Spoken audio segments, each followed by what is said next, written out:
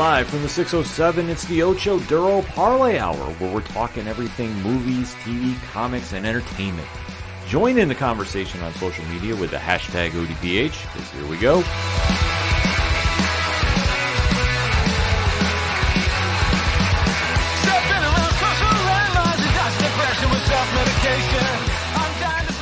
Welcome to an all-new edition of the ODPH podcast, better known as the Ocho Duro Parlay Hour. What's happening, everybody? Thank you so much for joining us this week. My name is Ken M. Joining me in studio, as always, you know him. He's the co-host. His name is Padawan J. Hello, hello, hello. And for the first segment, we have a special guest coming back on the show. Now, if you listened to the sports show this week, and I hope you did, and by the downloads and streams, a lot of you have, so thank you very much. We decided to bring him back for the opening segment of the show because obviously you're listening to the entertainment edition of the ODPH, where we talk movies, TV, and comics. Comics being the emphasis for the opening segment. If you want to find out everything going on with the ODPH, you swing on over to odphpodcast.com and use the social media hashtag ODPHpod. But we have a special guest that we don't want to wait and do the long intro for. We need to jump into arguably the most talked about TV show of the past week. And this is a gentleman on the line that has a lot to say about it, because if anybody is going to talk about She-Hulk Attorney at Law, is our good friend returning to the podcast for this segment, the one and only Mike from the Multiverse of Badness. Mike, what is going on?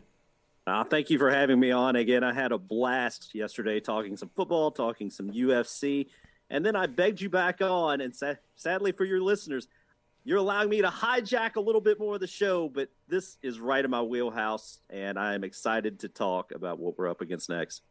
Yes, because when we were talking about doing the show and planning out what we're doing for the entertainment edition, obviously She-Hulk is where we have to break down, because Tatiana Maslany's hit show on Disney Plus has definitely got a lot of people buzzing about the ending. And if you've been listening to the Multiverse of Badness, which you should, Leapfrog is a franchise character of that podcast. Nobody reps him more than Mike and Zach. And when we have to kind of tie into what this show is about, this was a no-brainer. Mike was saying, if you guys are talking about this, I'd love to do this. Boom, we're making it happen. Because that whole episode had so much reaction online. And I think it caught some people off guard. If you're a longtime comic reader, it did not catch anything off guard per se, but we're going to dive into all that is the finale of She-Hulk Attorney at Law on Disney Plus, season 1 finale entitled Whose Show Is This? So let us go into it like we always do on the ODPH. We'll give you a spoiler-free statement. After our spoiler-free statement, we give you a countdown. So if you want to avoid spoilers at this stage, we're giving you a fair warning. We give you that countdown, duck out, pop back in after you see the episode. Otherwise, you have been fair warned. We are going to deep dive into this episode because there's a lot to break down. So that said, Mike, since you are our guest, give us a spoiler-free statement on the finale. Well, I think the last several episodes continue to, I hate to say the word, get stronger, more entertaining, etc. Had a blast with this one. Probably the thing I like the most, being a comic book nerd myself, is the references back to particularly a run. I won't say which one in case it may spoil something, but it does continue to reference the comic book heavily in this, and I was really excited to see those references and got some real belly laughs. So yeah, loved it. Can't no complaints. No, I thought this episode was really good. You know, for a while it threw me for a little bit, but then I'm like, oh, because I didn't know quite where we were going. It threw me for a loop. But once I got back into it, you know, and I started to understand where we're going, I'm like, okay, I'm in for this. It was a really good episode. You can definitely tell who's read a She-Hulk comic and who hasn't by the reaction to this episode. I thought it was great. I really enjoyed it. I was very surprised by one certain appearance in this episode, because there's a lot to break down when said person showed up on screen. But otherwise, I thought they really did a nice job tying it back to the comics, which we all seem to forget at times. It is Marvel Comics, not Marvel Cinematic, when we really break down these characters. So that said, we're going to go into spoiler talk now. So in 3, 2, 1, Mike, what did you think? Well, just starting out, and as much as I love the comics, probably the best throwback in this entire series and possibly in the MCU history was the callback to the original Incredible Hulk TV show where they did almost the note for note intro. As a fan of the show as a kid, I lost my shit. I was like, I don't know how many people are going to get this based on age because I am 50 and I watched that when I was younger. So I'm guessing a lot of the new generation of Hulk fans, MCU fans, may not have gotten it. But for me, I was like, this is going exactly where I didn't know I wanted it to go, but I'm super excited it did. Yeah, I'm right there with you. I'm an old school fan of the Bill Bixby show. So, like, the fact I saw that intro, I marked out. I know Pat had never seen that before. Nope, was a little before my time. Yeah. And if you've never seen that, I mean, that is some TV gold right there. I've seen clips, but I've never seen like a full episode. Right, but the fact they decided to do the whole intro and do the Savage She-Hulk too, which that was a big thing as well, because that ties into the first comic series from 1980. They really played up into the 70s TV show, and it really connected. And I thought this was a nice way to kind of tie everything back to the television history of the Hulks. And it really started off the episode well, because you have to remember, since the show has been on Disney Plus, it's gone into a couple different directions, and then over the past 3 or 4 episodes lately, they've started tying it into a storyline within Telegica, which in the comics is synonymous with the Leader, who we do know is going to be returning for Captain America 4, New World Order. So we thought, okay, maybe they're going to kind of play into this, because whoever has been behind this organization has been trying to ruin Jennifer Walters. They've done everything from ruin her publicly at her acceptance for her lawyer award that she was winning. They've done everything to smear her online with an online campaign.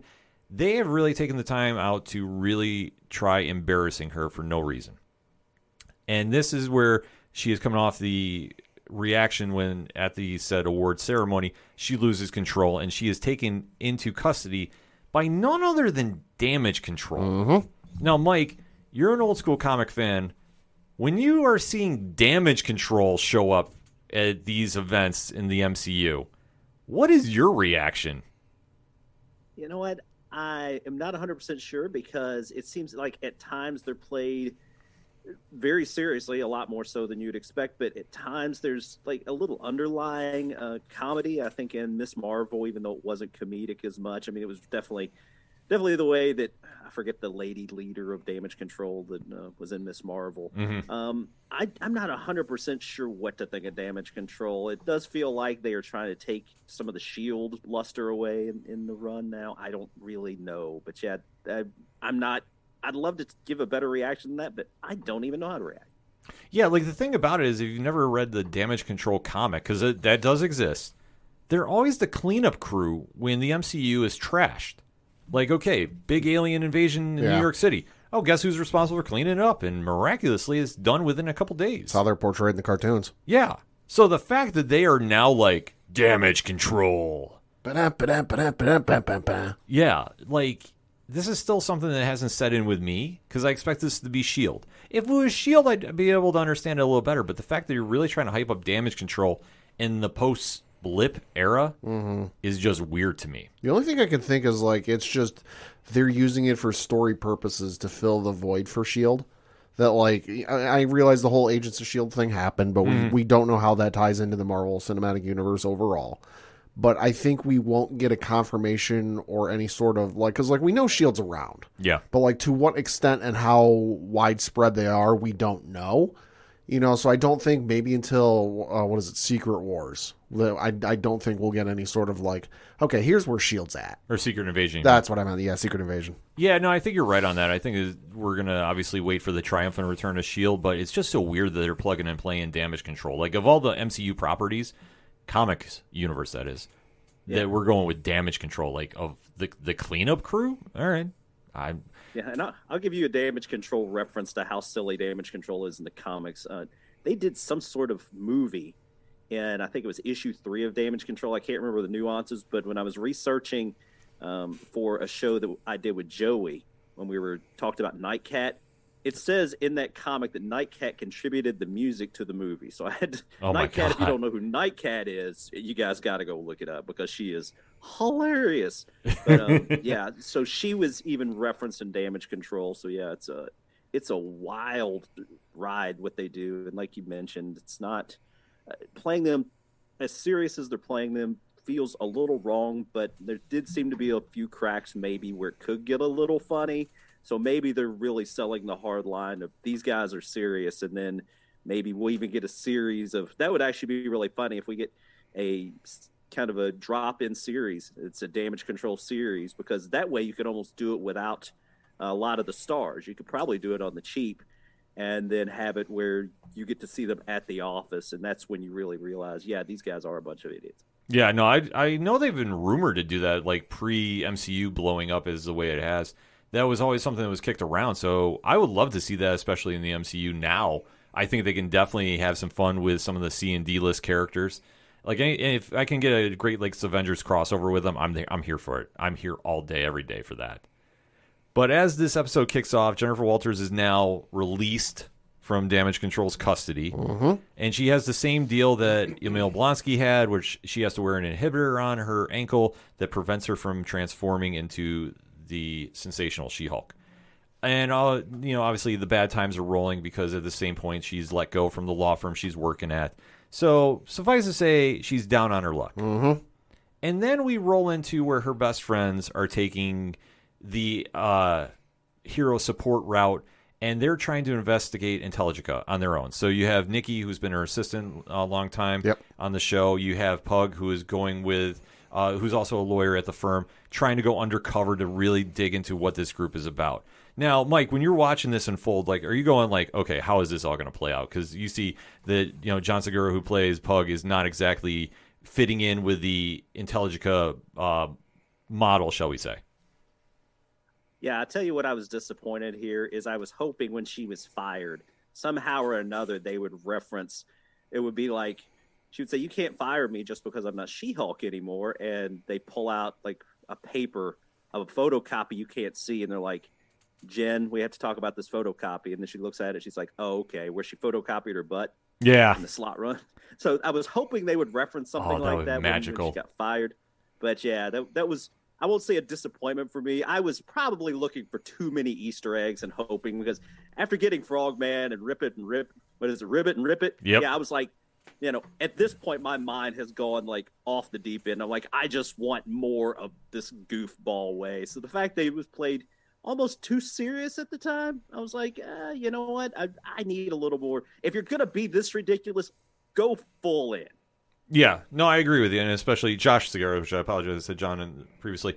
He definitely played into this role, and especially just being kind of like the lackey to the group here between her and Ginger Gonzalez as Nikki, who she was great the entire series too, as Jen's assistant. So as they go undercover, we find out the truth behind Intelligica. Pad, who is the one that is behind Intelligica? Phelps, the guy for, I forget what the hell he was. Yeah, he was the artsy date that she went on. Yeah, who was like really thinking too highly of himself. He turns out to be Hulk King. Now, I sat here and I was like, this is kind of where I started turning on the episode a little bit, because I'm still buying into the storyline. And I'm going, really? My turn was about maybe 5 minutes later, but at this point I was still, and I was like, oh, okay, I can understand it. Well, because I'm sitting here going, I'm fully in comic mode, and I'm going like, oh wait, so you're just going to write him off as, the snobbish, D-bag that is just griping to gripe. Like, it's just, I was just like, okay, this is kind of disappointing, but we're going to see where they go, because you just see like all these like macho jockish talking down about everybody on the show, like in She-Hulk's camp there. It was just kind of like, all right, this is how this is going to play out. All right, let's see how we go from here. Like, Mike, I don't know what your feeling was after the big reveal.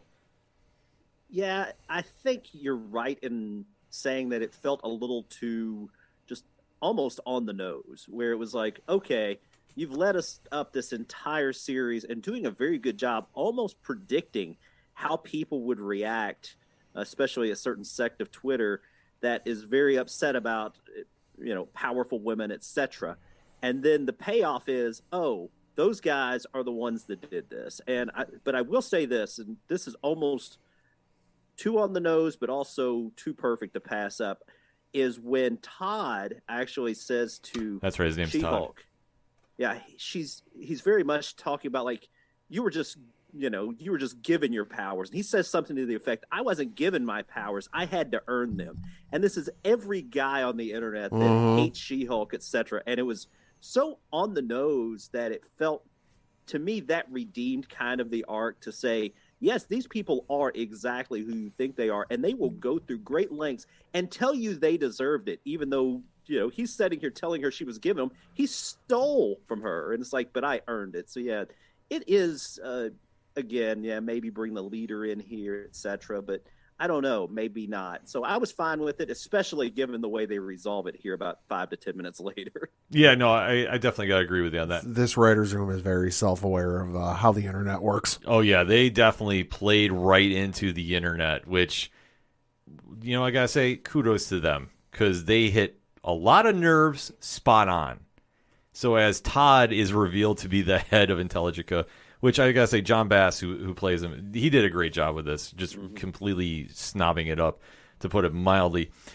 As they're ready to celebrate their big win about taking She-Hulk down, he has a speaker come to address the group. Mm-hmm. And Pad, who is this mighty voice of reason? It would be Emil Blonsky himself, although not in human form. It's in his abomination form. Yeah, so Tim Roth decides to, who plays Emil Blonsky, comes and is speaking to the group and kind of really talking them up. I had a Korg vibe from him when he walked in there. Yeah. Oh, hey guys, we're here to give you a motivational speech. I hear you're really motivated to do some great things in the world. Yeah, so like during this entire time after Jen is confronting, Todd about this, she's seeing this and is like losing her mind.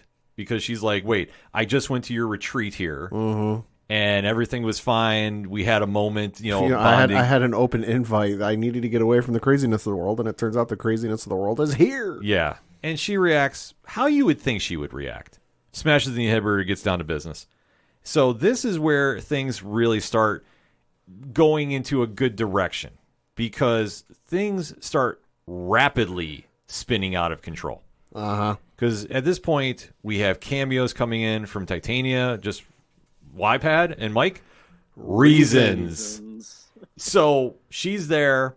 You start seeing that obviously more characters throughout the series are coming in. And then all of a sudden, cousin Bruce Banner reappears out of the sky, literally. Like no pomp and circumstance, just shows up. Yeah. And he's been gone the entire season. Since the first episode. Yeah, because he was flying away to Planet Sakaar. Which, we'll get into that a little later. Yeah. So at this point, everybody watching at home is like either in one of two camps. You're like really excited because this is tying everything together and like, oh, it's Marvel, it's all connected. Or two, and was me going, what are we doing here? That was me. This is where the episode started to lose me for a bit, because they had me the entire way. Todd being the bad guy and all the macho bros wanted to get the powers and this and that. I'm like, okay. And then Bruce showed up and Titania showed up and people started fighting, and it's like the kitchen sink got thrown in there, and I'm like, all right, what the fuck is going on? Yeah, like, I got so confused. Mike, when this is going on, what's your reaction? I'm not 100% sure, but I can say this. Before we go on, it needs to be noted that Abomination is here solely as a motivational speaker, and he is not an incel.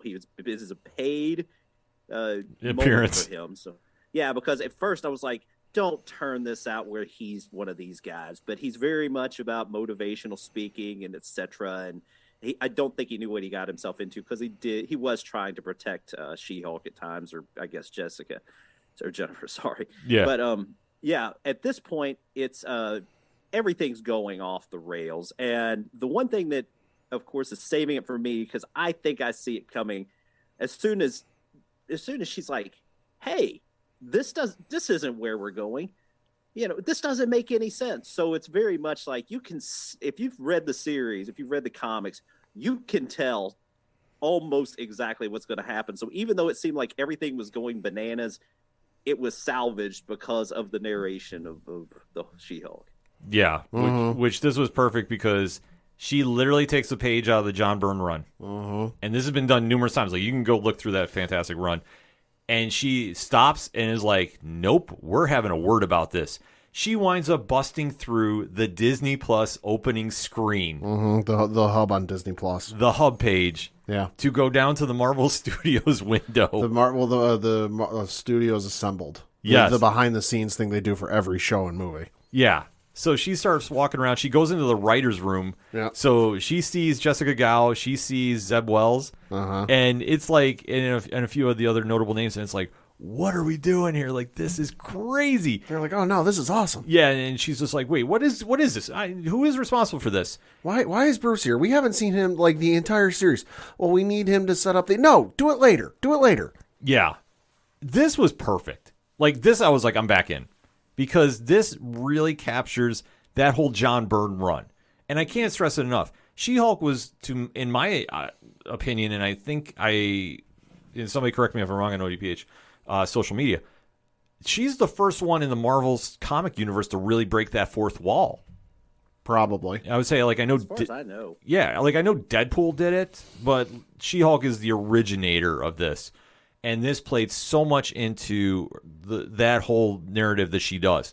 So they're basically saying, well, you need to go talk to Kevin to solve the problems. So you see her walking through Marvel Studios, and everybody's trying to dismay her, like, you're not going to see him. And she's like, get in there. And she's like, I don't give a shit.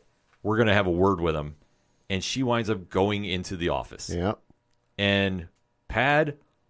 what does she see when she goes in the office? Well, it's not a human, and it's not a gentleman wearing a hat. It's a robot, like something out of like a Portal video game or 70s sci-fi movie titled Kevin. You know, he's an artificial intelligence, and supposedly he's in charge of the Marvel Cinematic Universe's storyline decisions. They tried talking, I guess behind the scenes, they tried talking Kevin Feige into letting him wear a hat, but he put the foot down on that one. Yeah. Mike, what was your thoughts seeing this all unfold? Well, I'll be honest with you, a few things. I have to rewind for just a second because I want to say I loved that they tied the John Byrne run completely in because they've been hinting at it. The fourth wall breaking's been there. But then when she's finally like, this writing's awful, and then she goes and she's busting through the kind of the Marvel, Disney, logos to get and change her location. It's all John Byrne now, all the time. And now... in the comics, she's always accosting Byrne, and this is her opportunity to actually take John Byrne on one-on-one, and she is surprised. However, I was not as surprised as she should have been, and this is an unfortunate decision by the closed captioning. I watch everything with closed captioning on. I am that guy. And when they were referencing Kevin in the writer's room, it was coming up as K period, E period, V period, I period, N. And it completely ruined the moment because you instantly knew. I saw it the first time. I was like, that's weird. And then I saw it again. I was like, no. And then when She-Hulk was talking, it was Kevin with no periods. When the writer's room was talking, it had the periods. I was like, this is going to be an AI or a bot or something. And sure enough, it was. So I was not as surprised as I could have been. And I've been trying to tell people without spoiling this. I'm like, don't watch with closed captions on. They're like, why not? I was like, just this one episode. I'm the same guy. I watch everything with closed captions on. Don't do it. You're going to be very disappointed you did. Yeah, because Kevin turns out to be the knowledge-enhanced visual interconnectivity nexus. And when I saw him, I'm like, MODOK is wearing a hat. That was legit my reaction. I was like, wait, they did MODOK? Like, what the? Like, is it supposed to be him? So you see that they are now having a meeting of the proverbial minds about the direction of the episode, which I gotta give Tatiana Maslany definitely was playing this up perfectly and going back and forth and doing a lot of Easter eggs for the fans too, because she's like, the Hulk does, smashes a lot of things, and occasionally Matt Murdock, and goes obviously pushing for the storyline between her and Matt Murdock to continue, and then decides to drop the bombshell of all bombshells. When are we going to see the X-Men? Yeah, didn't expect the X-Men's first mention in the MCU to be in a fourth wall break in She-Hulk. Yeah, like Mike, when all this is unfolding, like, how do you think this is all going over? You know what? At this point, I thought Tatiana Maslany played this. I thought she was great the whole series, but at this point, she was really in her element. Just the face she made when she asked about the X-Men, the whole smashing Matt Murdock, and I wouldn't mind seeing Daredevil again. A woman has needs. you can tell she is really leaning into this entire show at this point. She is all in. She's completely invested. And I thought maybe Jamil was having the most fun of any MCU character I've ever seen. I was wrong. No, Tatiana Maslany is really like on top of it. Yeah, you could definitely tell this cast was having fun. And that was something really cool to see, too, because obviously we've seen a lot of serious shows in the MCU. To see this one, and they completely played into the over-the-topness of the show. To see it really unfold in this manner, I thought was just one of the bright spots of this entire run, and especially this episode, because seeing her go back and forth with the robotic Kevin Feige was incredible, and she winds up actually talking him into rewriting the finale. Yep. Not without like a couple of back and forth barters and such, but still, we wind up getting a new ending to the show. And they even do some more fourth wall breaks, because he goes, "Hey, we need you to transform back into Jennifer Walters, but wait until the camera's off screen. All of the special effects CGI guys are off on another project, and we can't afford to do it right now." Yeah, that was some of the brilliant bartering right there. I was like, I'm here for this. So and I loved when even and I had her name wrong. Sorry, it's Tatiana Maslany. I'm an idiot. No worries. I loved when she was about ready to change back into She-Hulk. She asked Kevin, she's like, "What's the best way you want me to do this? What's best on?" So it's like, it really is just kind of ridiculous how they were leveraging that in a beautiful way. Oh yeah, like they could not have played it any more perfect. So as the show goes back to the timeline, I guess you could say at this point, we find out obviously Phelps and Intelligica has been arrested for their misdoings. Yep. Blonsky has been taken back into custody because he broke the he violated parole majorly. Yep. And we go back to a happy scenario. Oh, well, and real fast, right at the last possible minute, Daredevil shows up ready to save the day, and she's like, "Well, we could have used you about 5 minutes ago." Yeah. And he's like, "Oh." And I want to mention one more part because it is my favorite part in this entire series, and that's saying something, is when She-Hulk is walking over to Todd, and Titania pulls out her phone, and she's like, "OMG, guys, we're about to witness a murder." Almost every bit of my shit, I was like, that is just absolutely hilarious. So yeah, just kudos to the way it was delivered. Just it was the funniest thing, I think. And I've seen Frogman, etc. in the show Leapfrog, I guess. But that just, I'm lost. I was like, this is perfect. This is chef's kiss. Yeah. No, I forgot about that too, because like they just were, the chemistry they all had together, they just played off each other and just kept really raising the bar each time they were on screen together. Like it's just one of the magical things about this show is they really broke through the fourth wall and just were really going, how over the top can we get without being too cheesy? And they found the perfect line for it. Because I don't think at any point it went super over the top. Like, I guess you can say, like, the Megan Thee Stallion scene, I guess, but that was also playing... Oh. No, but like I say, you could try making an argument for it. Like, I didn't think it did, but I'm like, yeah, like, maybe, I guess. But at the same time, it played into the strength of the show. Well, I mean, I would say this about that is, like, literally, that is just, a person, a female, having fun and dancing. And being like, hey, you know what? I've got one of my, somebody I love here, and I'm just going to have fun. And she did, and she leaned into it. And, and that's the way, like, at least the way that I've been in offices. Fortunately, I've been in offices that are relatively cool. Is, people can have a little fun. People can show a little personality. Nobody's really like, oh, you got to be prim and proper all the time. And I really thought that leaned into the entire tone of not just the show, but the character who has been the entire series very much that person. Let's have fun. Let's leave it all out there and, have a good time. So yeah, when good things happen, she's excited. So she should do whatever she wants to do. I'm happy for things like that. Oh yeah, no, I was too. Like I say, that's the only thing I get. Like I was saying, you could try saying it went over the top, but I don't think it did. Like I think it just really played in. They were having fun the entire time. And for anybody who's like losing their minds about this, we like to remind you, if you enjoyed the scene from Guardians of the Galaxy 1, you have no claim to be mad about the Megan Thee Stallion scene. Just putting that out there. As we go back to the show, though, we see that everybody's having the family dinner. Matt Murdock is now meeting Jen Walters' family. And we get the moment in this episode that really blew my mind. That Bruce Banner returns. Mm-hmm. And Pad, Who does he return with? His kid named Zakar, I think is what Scar. it was. Scar. Scar. He's got a kid. Oh, he has a kid, all right. Mm-hmm. Mike, how familiar are you with Planet Hulk? I'm not a fan. We'll just put it that way. I'm more a fan of that than what they did to my boy Scar, though, in the show. But sadly, I was ruined again. Something else ruined me. Even good friends I know posted pictures of this before I had a chance to see She-Hulk on Twitter. They know better, so I'm looking at you. I won't dox anybody, but don't post spoilers out on Twitter the day of the show, people. Please don't. Exactly. We have a 72-hour rule for a reason, folks, and it's a good one, so moments like that don't get ruined.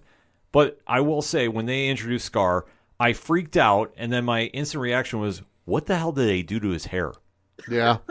That was legit my thing. I was like, oh, wait, what the like, his hair. Yeah. Because it looked like they messed up the CGI, and they just did not go back and fix it before they aired it, because it looks like he has pretty much half of his head shaved, or buzz cut, and the rest is long. Well, I mean, that is a stylistic choice some people do. Yeah, but it's still, if you've ever seen him in the comics, that was not something he's ever worn. I know.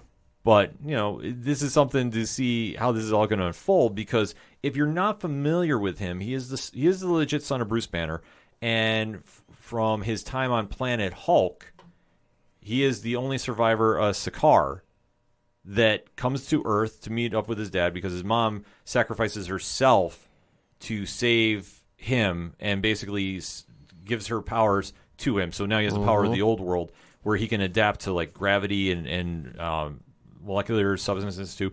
Like, he can do a lot of things, and you think the Hulk strength is something, he can really unload punches on people too. But he decides to go more like the Conan the Barbarian route, and he carries a big ass sword, and he is not afraid to go cut some people. Like, that is him in a nutshell. And he is an interesting character, to say the least. But now the fact we've introduced him to the MCU, Mike, when you saw him appear, did you think the same thing I did and go, we have the newest member to Young Avengers / Champions? Something like that. They are definitely working in a lot of young actors into these roles, and it's smart. We can talk, and I'll let you guys talk because I'm sure you talked about it before. Is, you know, Han Solo in the MCU, so to speak. You know, Harrison Ford, he's 80. Mm-hmm. I mean, at least they're getting some young characters in here, and like you said, let's have some fun with some young characters. Let's build up, like you said, quote unquote champions. Hell, it could be the Defenders for all we know, the new Defenders. But yeah, it's ultimately at its core, it's the Young Avengers. Yeah, and I like how they're mixing up the lineup too. Mm-hmm. Like, Scar was somebody I did not expect to see, because the whole thing is to do Planet Hulk and World War Hulk, because you have to do one or both of them to really do the story justice. There's no way they can do that with a Hollywood budget. Like, I mean, it would be Avengers Endgame type money. Well, and I think part of the reason they're taking some liberties with the lineup of Young Avengers is, and it just appears to me, they're making it as close to the Avengers line without putting the actual Avengers actors and actresses in there, just so it's more familiar and it's an easier draw for the casual moviegoer and somebody who like us who haven't read a ton of comics, because we're used to the rotating cast and people coming in and out and all these different people. That's really confusing for your average moviegoer who, like, they know the movies and they know the characters, but it stops at about there. Yeah. You know, so I think if you introduce this new thing and call it Young Avengers, which, hey, I know the Avengers name, that's Marvel. I might be interested in that. And then you see, oh, hey, they got Riri Williams. That's, Iron Man. They got Thor's daughter, she's over there. They got the Bruce Banner. They got the Hulk's kid. They got the Ant-Man and the Wasp's kid over there. Oh, okay. I think that's purposely what they're doing, is they're making it as close to the actual movie Avengers line, just so it can connect with people easier. That's a great idea, Pat. Like, a theory with that. And I think they are, especially with how many young heroes they're introducing. Like, they're going to be setting up for movies down the road, which is smart. Because obviously we know there's only so much you can do with contracts, and I don't think anybody's doing the 9 film deals anymore like they used to. I don't think Marvel's even doing that anymore. No, I don't think they are. I think Kevin Feige came out and said he's only kind of really pushing for 3. Yeah. Which is smart, but it's also can backfire too if you're trying to make sure everybody's all connected. But, I mean, that's a whole different ball wax. Well, yeah, but I think the thing of it is it's easier for an actor or actress to stomach 3 movies, and then, hey, if they want to come back, they can always come back, rather than locking them in for a decade of their life. Yeah, that's true. But as we see, everybody meets the newest addition to the Banner family. We also get the happy ending. Jennifer Walters is back at the law firm, and she's still vowing that she's going to be a lawyer and a superhero. So her story is done for now. But we get a bonus scene, and I definitely want to get everybody's opinion on this one. We get Wong reappearing and freeing the Abomination from his cell. So, Pat, first, your thoughts on this. Well, I got to point out a very interesting bit of dialogue from this scene, which could have one of two meanings, depending on how you look at it. The portal opens up, Wong's standing there, Blonsky says something to the effect of, well, that took you long enough. And he goes, yeah, I know I was busy. And then Blonsky looks at him and goes, you got sucked into another show, didn't you? Which could mean one of two things, because we remember from earlier in the season, he was binge watching The Sopranos. Yes. So it could mean he finished The Sopranos and he's moved on to another show and he got sucked into another binge watching show, or he got sucked into another Marvel television product. Ooh. Because this show does like to break the fourth wall. What show do you think it was? Oh, I have no idea. I just know it's been pointed out that like that line can have one of two meanings. A, he got sucked into another binge watch, or B, he got sucked into another actual Marvel television show. Mike, what's your thoughts on that scene? I'm going to agree with Pat as far as what he read into that, and hopefully, if there's a God in heaven, we get the Wong Madison show that everybody wants. Yes. It's a part of it. Is that going to happen? It's highly unlikely. But what I was really hoping for, since they called back the old Incredible Hulk at the beginning, I was hoping that the actually cut scene, the end credit scene here, would be a picture or a small video of when the barber cut Scar's hair and he had to walk away from the barber's chair, and it was like da-na-na-na, da-na-na-na, because they murdered your boy's hair. Yeah, they did. You know what they could do for the Wong Madison show? They don't even have to do a show. Just do a series of like 5 shorts, 5 minutes apiece. You could crack them out in a day. I'm going to one-up everybody here. 2 words. Strange Academy. Maybe. But Wong is the headmaster. Madison is there as a teacher because maybe she's learning magic right now. She's craft services. She's the head of the cafeteria. Yeah. Well, she does have some sort of agreement with the demon, so it's possible she has powers she doesn't know about yet to begin with. Exactly. And could you imagine them rolling out Strange Academy there? That'd be awesome. I'm just saying that would be absolutely insane, because the only place I can see the Abomination now winding up since he's been freed, he's got to go to Thunderbolts. I'm sorry, as I refer to it as Black Widow 2. Because that whole team is literally everybody from Black Widow. Yeah, you're not wrong. Yeah, which I don't like it. I don't like the team setup either. If I was writing it, obviously I would have gone the Kurt Busiek, Mark Bagley run from way back when. Like, that was the prime time to do it.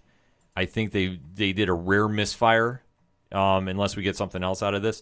But the fact that you're going to do this with more or less everybody's got the same power set, you're either going to have Agents of S.H.I.E.L.D. 2.0 or you're going to have just a really big sequel to Black Widow, because that's the only thing I can see coming from that. But if the Abomination gets added to it, I think it'd be smart. Mm-hmm. But I just don't know where they're going to go with him about this one. Yeah, I don't know. But either way, I thought this show really hit its stride. I thought it ended on a perfect note. And I can't stress enough, they had so much fun doing this show. And you can definitely tell from the Megan Thee Stallion scene, which, like I say, if people want to try making an argument for it, I could see it. But at the end of the day, you got to remember, everybody went over the top and was just celebrating, having fun. And that's the thing you should be taking away from this show. Mm-hmm. There was never a moment in here that I thought they got themselves too serious. And I thought that we got to see a great reintroduction for Charlie Cox's Daredevil into the MCU, because this is the Mark Waid, Chris Samney run. And I'm here for that one, because he's not going to be dark and brooding. He's going to be the swashbuckler. Perfect. We haven't seen this version of him on the MCU in ever, I think. So I'm definitely excited to see that. And I think for Jennifer Walters, she's now a character that's going to have a major impact on the Avengers moving forward. We do know we have more Avengers movies coming. I definitely see her being a bigger part of that as it plays out. So, that said, Mike, what is your final take on the season and finale in general? I think it kept building and building, the last 3 episodes particularly, and we won't even go back to Wongers and Madison, but the retreat, of course, it started really leaning into that burn run. It's like, okay, yeah, we haven't given you quite enough of these C and D level villains. Let's do a whole show with them. And then the retreat was hilarious. Of course, the second to last episode with Leapfrog / Frogman. Yes. No, I lost every bit of my shit with that one. And I love the finale. So I love the entire run. I looked forward to it. Every episode, some episodes in particular, Moon Knight, I'd be like, I'm not sure if I'm, and some of the other series, Miss Marvel. But this was one where every episode to me was better than the last. And I think it culminated really well. I loved it. No complaints. A+, chef's kiss. Bad? No, I thought this season finale was phenomenal, top shelf, everything I could have wanted and more. And the season overall was a really fun ride. It was, not necessarily as serious and kind of wild and crazy as some of the other episodes, but it had its moments of shock and surprise. And I think it made for fun television. If you were waiting till the end of the season to watch the whole thing all the way through, I think you're going to enjoy the ride, and then also as well, I'm excited to see where the character goes from here. I mean, because there's a lot of opportunities and a lot of avenues I think you can do with She-Hulk, and where they go from with that is going to be very interesting. Yeah, this show definitely hit all its major points. I absolutely love it. We all give it a very high recommendation. So if you haven't seen it for whatever reason, make sure to go to Disney Plus. Go check it out and then give us your thoughts. Hit us up on that hashtag ODPHpod. What is your thoughts about the She-Hulk series and finale in general? And Mike, before we let you go, why don't you let everybody know how they can find you, and definitely follow the Multiverse of Badness. Can't recommend this podcast enough. Well, thank you again for having me on. I love me some UFC. I love me some She-Hulk and MCU, especially TV shows in general. So, yeah, this was an honor and a privilege. You can check out my podcast. It's our podcast, my host, Zach, and I. Multiverse of Badness. You can find us just about anywhere you find podcasts. Go to multiverseofbadness.com if you can't find podcasts, because we're there. And as far as Twitter, I love to interact with people. If you think I'm an idiot and have no idea what I'm talking about here on the ODPH, don't blame those guys for having me on. Bring the heat straight to me on Twitter at Multiverse of Bad. Thank you, guys. Can't stress it enough. I love the show. I am a patron, and you guys should be too, because Ken's out there now stepping on my feet. He's reviewing comics on his Patreon. What's up, man? I got hit up, and everyone was asking me to start doing it, because we obviously talk about comics on the show, and I was like, okay, I'll do a deep dive here and there.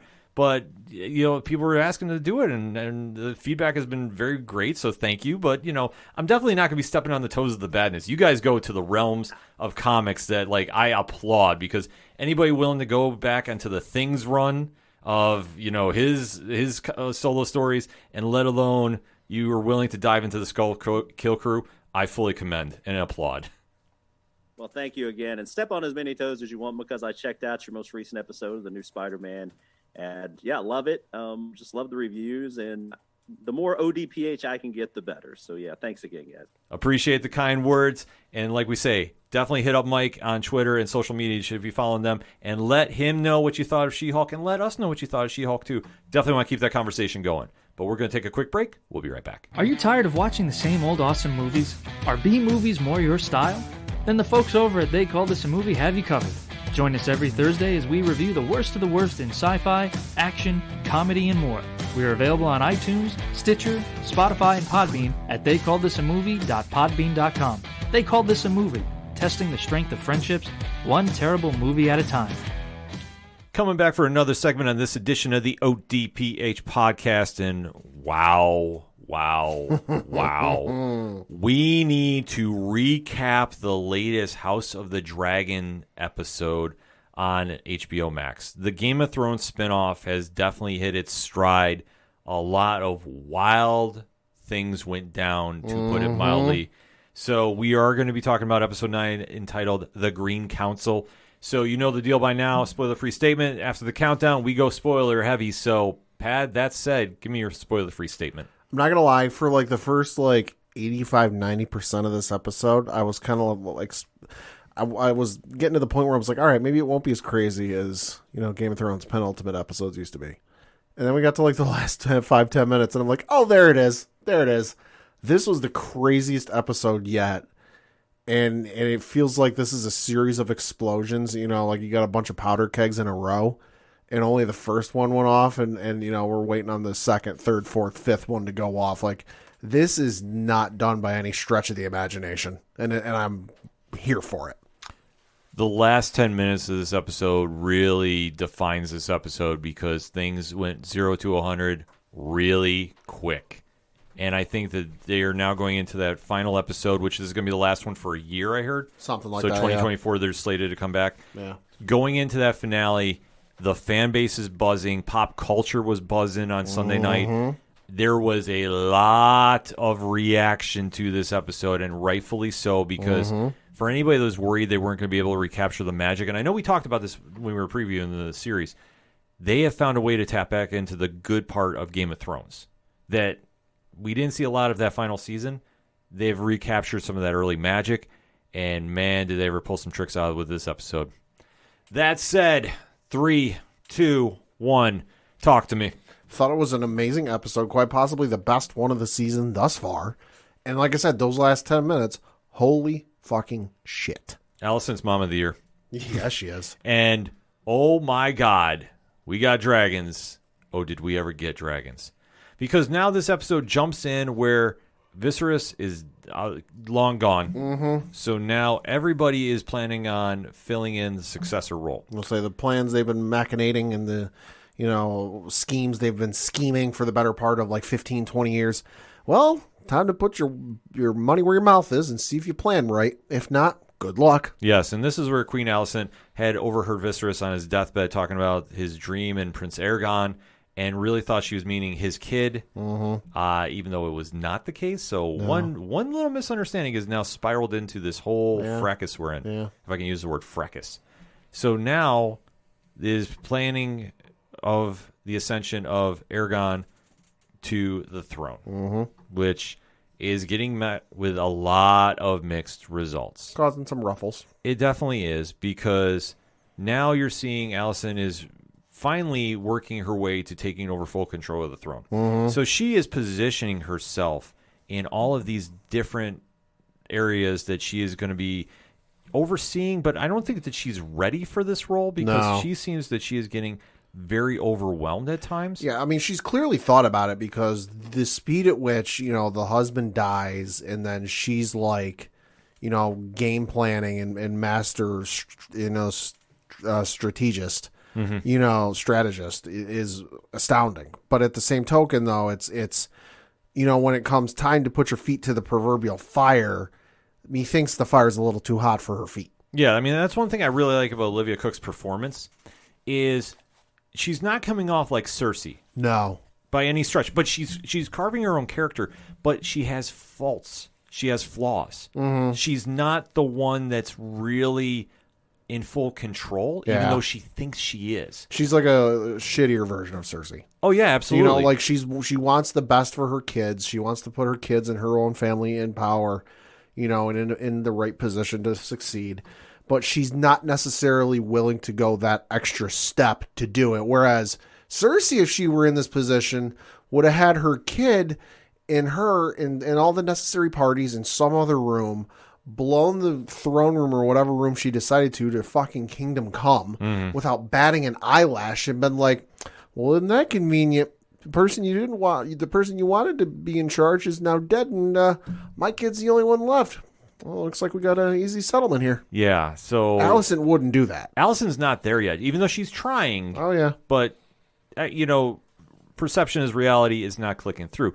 Even though, I mean, she has Sir Criston wrapped around her finger like nobody's business. Yeah. And he's now the hitman for hire, so to speak. Yeah. Kills Lord Bisbee, or Beesbury, because Rhaenyra's, supporters are in the way of making Aegon king. Yep. So she's systematically trying to take him out. I'll say, because Rhaenyra's got a lot of sway, and given the fact of who she's married to, whether the public knows about it or not, I don't know. It's not, to me, it's not exactly clear whether the public knows or not. But still, she's got a rather hefty sword, so to speak, in her pocket, in her brother. Yeah. So it's kind of this weird dynamic going on with this. But you see, and obviously the supporters of Rhaenyra are definitely not getting, behind this move, because Rhaenyra is still very beloved by the kingdom. Yeah. And like I say, she's not winning people over, though. No. Like, that's the one thing about, which I like about this show. There really isn't anybody that you want to root for here. No, there's no, like, charismatic, leader, somebody that's like really nice and charming and seems like the best choice for the option, they all kind of suck in their own way. Except Matt Smith, because he's the fucking man. Well, of course. Sorry, I am Team Damon all day about this. But like I say, when you talk about in comparison to Khaleesi, and obviously her Queen of the Dragons and all that. Yep. Like, obviously people were rooting for her, people were rooting for Jon Snow. Yeah. You don't have that here because even like Rhaenyra, and it's not Emma Darcy's fault too. She's playing the role very well. Oh, she's phenomenal. But she's not winning people over, but that's her character. Because even though she has the supporters, like, it's not the overwhelming positivity going on here. No, yeah, I mean, she's the type with, like, wherever she was, I forget the name of the place, but where she's ruling now. The couple episodes ago, the brother was like, "Hey, my brother's dead. I'm the best one to succeed," and she's like, "No." He's like, "Why?" Because fuck you. That's why. Yeah, like, it's a wild play, but it's how she is. So, like I say, you're not seeing anybody that you really want to root for to succeed, except, Maximus Damon is the best character on the show. Of course. Yeah, I don't care. I will talk about this all day online. Julio from the Contrarians, he knows exactly what I'm talking about, because we are both big fans of him and what he's doing on the show. And like I say, when you start seeing how this all plays out, the forces that are like picking the lesser of two evils here, like that's literally what's coming down to, are not buying into Alicent being the queen and having that control. So as you're seeing, there's the power vacuum that's going on. Yep. And she's working her way to get anybody that's not there on her side. But she doesn't get one person especially, and that's Princess Rhaenys, because she is saying, hell no, I am not supporting Aegon in any which way, shape, and or form. Like, that is probably the biggest statement that is going on here. Eve Best, who plays her, really has stood by the side of her cousin, who is the king of Viserys. Yep. And she is saying, hell no, this is not happening. I've known him for long enough. Yeah, this is not going to go down on my watch. And Alicent is not having any of that by any stretch of the imagination. That she has basically said, well, you're going to have to do this, or otherwise, you're not going to survive this, more or less, because now she's being kept captive in the castle. So if you're not agreeing with me, nobody's going to see you again. I'm going to make sure of this. Lock her in the tower. Then she sends a hand to King Otto to go find Aegon, because he's now lost in King's Landing. Because of course he is. Yeah, because why, Pad? Reasons. Sandy's a fucking dumbass. Yeah, well, he's a dumbass. That's pretty the easy why. But Otto is now sending the twins out to go get him. You've seen Alicent is now saying Kristen, and Prince Aemon is going too. So, like, everybody in town is looking for Aegon, who doesn't want the throne any which way, shape, or form. Right. But you do see Otto gets tipped off of where Aegon is, which is a very interesting scenario going on. The twins wind up finding him through the town. But it's like a play of, like, who can find him first to like, impress the queen. Yeah, well, and plus it's a tenuous time just because, without knowing every detail of medieval history, I'm sure it's happened in more than one occasion where, like, king dies, he's already named a successor, and in the process of changing hands, I guess you could say, the kingship, throneship, I'm sure there's been instances where the heir has been killed, so, and she and Alicent knows how ruthless and vicious people can be in this world, that they are not afraid to stab people in the back. And she goes, hey, listen, I want to secure the bag for my family. I want to set my family up for success. If I let this kid out on his own, hell, even if it's to go to the market to buy an apple, somebody could walk up beside him and slit his throat. I got to find this kid. Damon. Excuse me. Damon. Yeah. Which I think is going to happen sooner than later. But yeah, so she has to go round him up and bring him back into the fold, because she knows that she can't take the kingdom directly. She has to use her kid. And you definitely see he is fighting this, because he is like, I don't want any part of this. Like, this is not me. And meanwhile, doesn't have the option. And then when Princess Rhaenys escapes from the tower, she's getting some help. Yeah, she is. But this is not going the way that everybody's planning, because she is just bobbing and weaving throughout the town, because they're basically searching through for anybody that's not on board with this and is basically killing them. Oh, yeah. That's pretty much we're going to hold a knife to your throat. Hey, who do you like as king? Oh, good. You said my son. Go about your day. Oh, what's that? You said Rhaenyra? Bye. But this is all playing into Alicent's plan, because she says how she can convince Aegon to be the king. And there's that weird moment where they're going to the coronation. where he says, "Mother, do you love me?" And she's like, "You're an idiot." Like, it's just such a cold line. I'm starting to think she doesn't. No, you're a means to an end because, hey, as we know with royalty, the kingship doesn't move laterally. Well, usually it doesn't move laterally. More often than not, it moves upward and it moves downward. Yeah. So it is wild to see how this is all playing out. And when you have this unfold, you know that this is all just a setup. This is a big PR stunt. Even the time they're posturing. Yeah, even the time of Game of Thrones, it's such a made up moment. But yet here we are.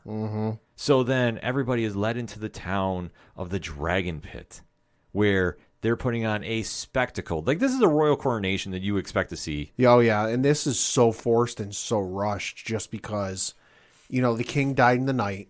Presumably, they haven't said, but presumably almost no time has passed. No, it's just literally 12 hours. That's the way I took it. So some point in the night, king died.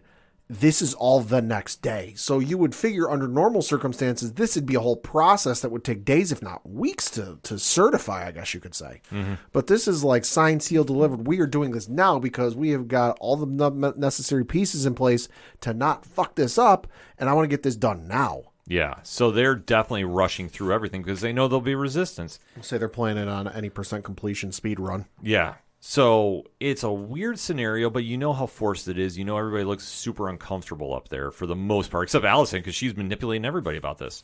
So you do see Aegon go and stands before the crown because obviously they've announced King Viserys is dead. Yep. The heir has been been announced. Yep.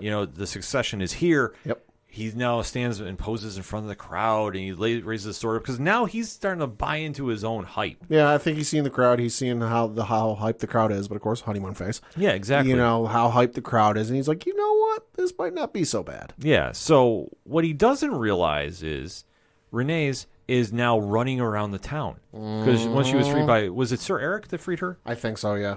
So she now has one ally that's helping, which is kind of weird to see how this plays, but you do see that she's now escaped and she goes into somewhere we don't know exactly where at the time. It's underneath the building, though. It's underneath the building, which, like I say, we find out is the Dragon Pit. So now, putting one to one together, we do see the final 10 minutes unfold. Aegon is standing in front of a packed house. Yep. Stadium size if you need a visual inside this castle. Like the doors are open to this room, and the crowd is standing out into the doorway and out the other side. And then, Pad, what happens? The ground shakes. There's a bit of an earthquake, and then the ground underneath them breaks. And who comes through the floor?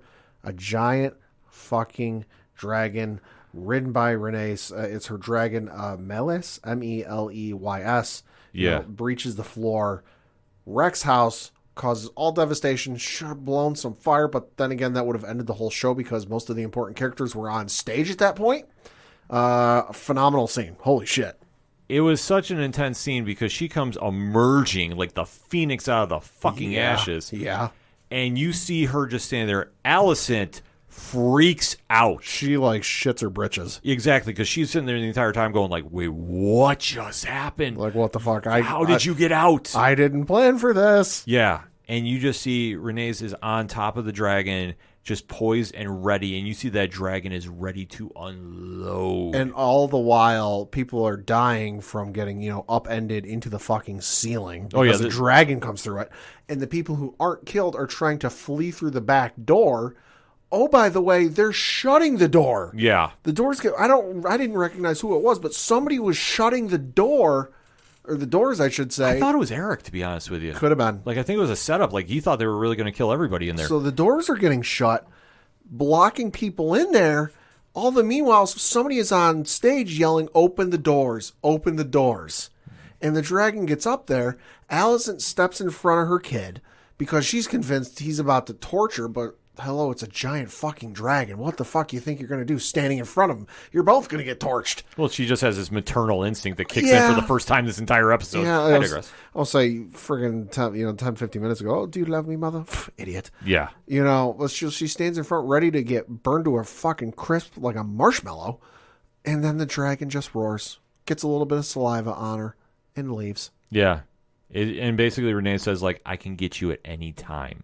Like, you try it. You just made the biggest mistake of your life. Uh-huh. And I'm going to let you live because I'm going to come back.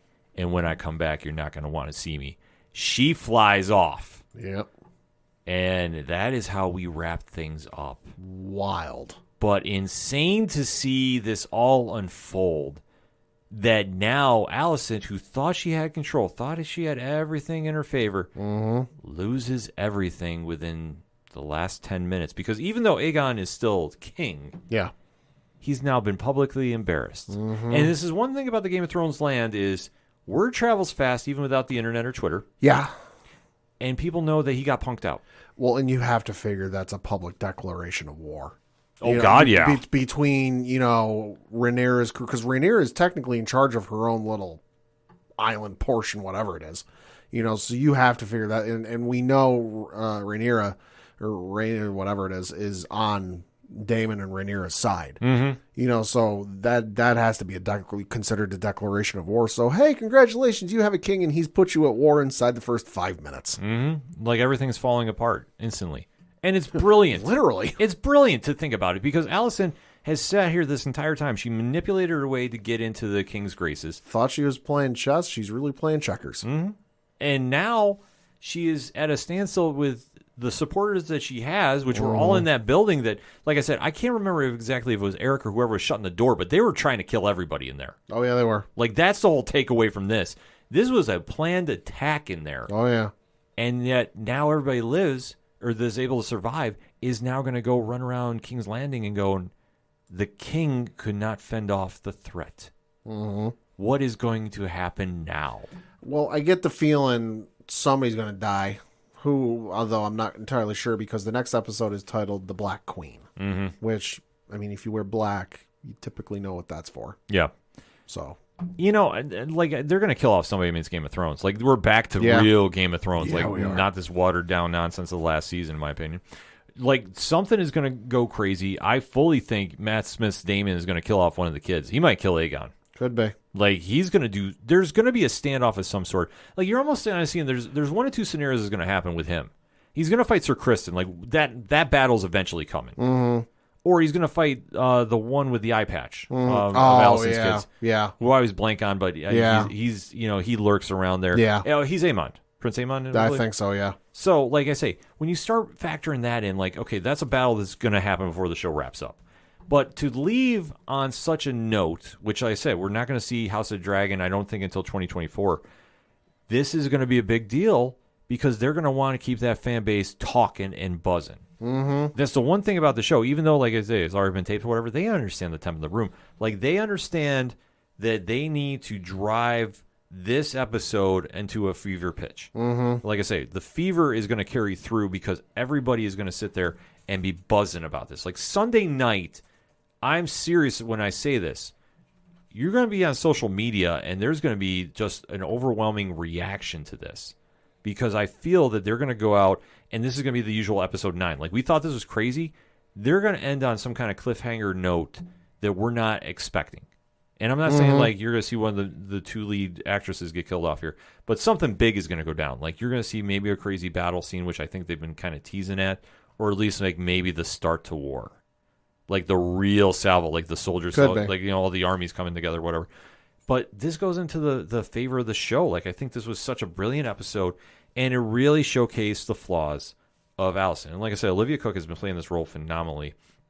And to really see how Eve Best really sunk her teeth into this and then definitely went in and was the hero that we were all kind of seeing, waiting to watch, and really stole this episode because once she got loose and she was finding her way to lay low out of the sight of Alicent and her forces, stole the show, did the mic drop moment, and now is flying back to Rhaenyra and her camp and basically saying this is what's going down.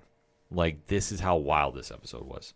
But it definitely clicked on all levels. Pat, final thoughts on this? Fucking crazy episode. Loved every minute of it, and especially that last 10 minutes. Wild. Going to be real interesting to see what happens next week because I think a few bodies are going to hit the floor. I think so, too. I'm expecting a big battle. If we don't get one, they had better leave us on like this mic drop moment that we're going to be buzzing about. But I'm guaranteeing you this. Social media is going to be running crazy Sunday night when this goes down. So you definitely want to make sure you catch up on the episode. hit us up on that hashtag ODPH pod. What is your thoughts about episode 9 of season 1 of House of the Dragon entitled The Green Council? Let's talk, shall we? We're going to take a quick break, though. We'll be right back. You ever wondered what comics Mark from Vale Mai is into? What Zach from Left Behind's favorite MCU movies are? Well, Metalcore Nerds is the show for you. My name is Sean Mott, and here at Metalcore Nerds, we cover the latest things in pop culture, whether it be Star Wars, Marvel, DC, AEW, and everything else in between. You can listen to the show every Monday on Adobe Howl at 7 p.m. Eastern, or find it anywhere you find podcasts after it debuts on the radio station. Coming back for another segment on this edition of the ODPH podcast, and there was an MCU show that we have to discuss. Yes, we do. And we didn't get a chance to because obviously with New York Comic Con going on, there's a lot moving. There's a lot of TV on right now. There's a lot of moving parts that have been going on, so we're definitely catching up on a lot of stuff. But this is one that we've heard a lot of people ask us about. This is one that we definitely want to speak on because this is going to really open up some doors to the MCU, in my opinion. And, Pad, what are we talking about? That is the Marvel television special, Disney Plus special, whatever you want to call it. It's a holiday special, that's for damn sure. Halloween special. Werewolf by Night. Yes. We are doing the one-shots now in the MCU. Yes, we are. And I'm here for this because this was a first of its kind that is a one-and-done for now. For now. Of an MCU character that really, I think this is going to open up a lot of doors. I agree. That I think the success of this show was really hinging on how this was going to do. I know it's been very well received on most critics' scores here. Yeah, so on IMDb for the user score, it has a 7.3. And then on Rotten Tomatoes, for the critics score with 94 reviews, it's got a 90%, so it's certified fresh. And then the audience score with over 1,000 ratings, it's got a audience score of 92%. Yes, and if you're not familiar with the character of the Werewolf by Night, originated in 1972 Marvel Spotlight, that is the Jack Russell character. Okay. I know that there was a different incarnation as of late, but they stayed away from it, and that's fine because Jack Russell is the one I think a lot of the comic fans know. And obviously, if you know the history of the character, which, I mean, basically he has a werewolf curse in his veins, so to speak. To kind of sum it up, to put it mildly, I guess, is just to say, this is something that you can't escape from, and he does have the powers of a werewolf. Yes, he does. Speed, strength, healing factor, claws. I mean, it's just kind of the stuff that happens with him. Everything you'd expect from like the classic monster movies. Yeah, so like I say, he has a whole history of that through his, his family and such, and that's why it kind of follows him. And obviously, they did not go into a full detail about this in the comic, or in the show rather. Right. But you can go through the comics, and he is very associated with Moon Knight in the comics. So there's a lot of history there. So that said, seeing this character now show up on a Disney Plus show for even a one-shot blew my mind. Yeah. I gotta say, did not see this coming. Made sense given like it's Halloween season, so people are watching horror movies and classic monster movies. So to do a werewolf theme one made all the sense in the world. Yeah, like it's kind of a crazy thing going on with this, but at the same time, this is where Marvel is now winning so much.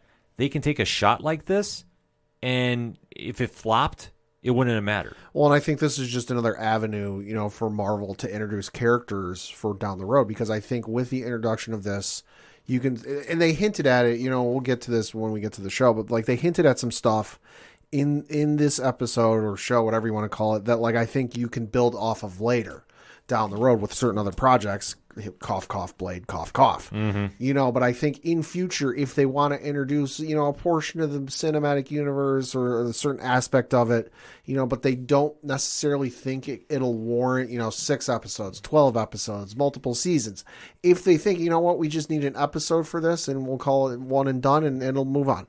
I think this is a way for them to do that. And this was kind of like a foot in the water to see, will this work? Let's find out. Yeah, and so far the reaction has been very positive. So we are going to be breaking down this episode, and the deal by now. We do spoiler-free statement, then we give you the countdown, and we go full spoilers. So, Pat, that being said, spoiler-free statement on Werewolf by Night. I thought it was a lot of fun. I had recently watched some of the Universal, classic monster movies, since it is the Halloween season. Hadn't seen them before. So having just seen some of those, I really dug this because you got that, kind of old school 1930s, Universal classic monster movie feel to it where, yeah, there's some death and yeah, there's some gore and yeah, there's some, scariness, I guess you could say.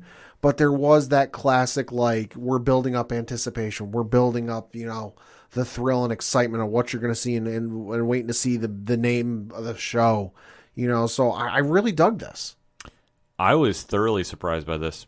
I got to admit, this really caught me off guard of how good it was.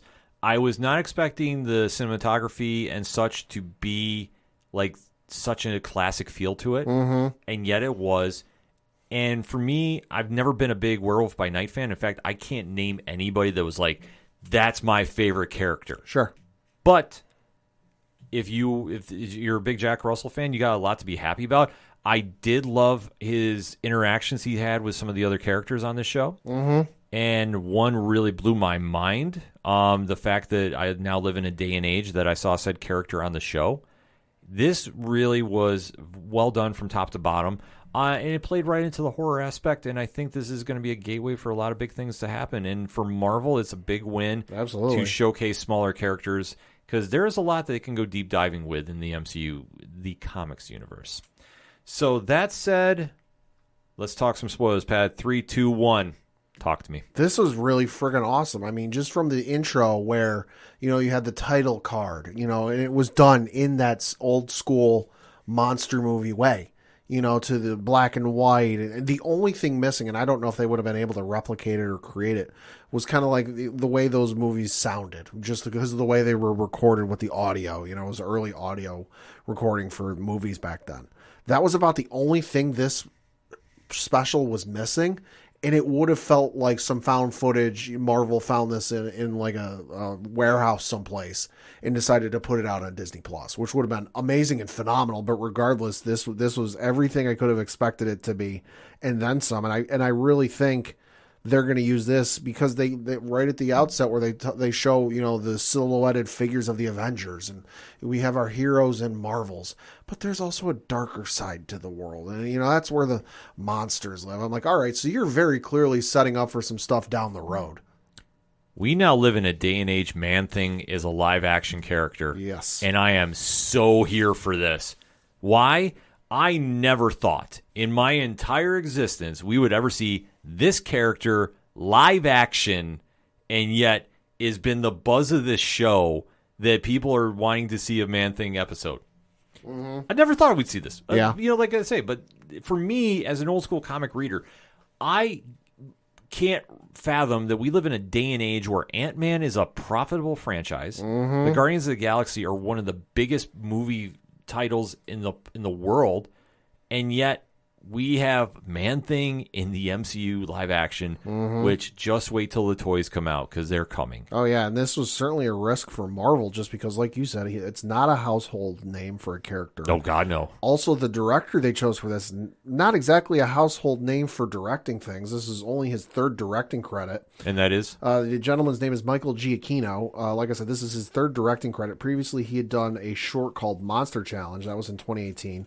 And then in 2019, he did a TV series short, one episode, for Star Trek Short Treks. So this is his first full-fledged directing thing. He's more known for being a movie, video game, television composer because he has 157 composing credits. He's most known for doing the score for the Disney Pixar film Up, the Disney film Ratatouille. He worked on Star Trek, the original one, the original J.J. Abrams one. The Star Trek Into Darkness. He did Rogue One. He's done at least the last two, if not the last three, Spider-Man films. He did Thor: Love and Thunder, The Batman. He's done a whole bunch. Jojo Rabbit. I'm just scrolling through his IMDb page. He worked on Incredibles 1, Incredibles 2, some of the Jurassic World films. He's a very well-known and very good composer. So when they announced this, and they're like, oh yeah, we're going to have Michael Giacchino be the director, and I'm like, wait, the composer? Yeah. And then he talked about how much of a fan he was of those old monster movie films, and I'm like, you know what? I think they got the perfect guy for this. And you know what? They were right. Oh, they absolutely did. This was such a classic monster film. I think the closest thing I've seen to this is the Night of the Ghoul series. It is now in print by Dark Horse Comics, and you definitely want to keep an eye on that book, just saying. But this show kicked off very eerie that it was a funeral for Ulysses Bloodstone. Yes. Now, Pat, are you familiar with this character in the MCU? Nope.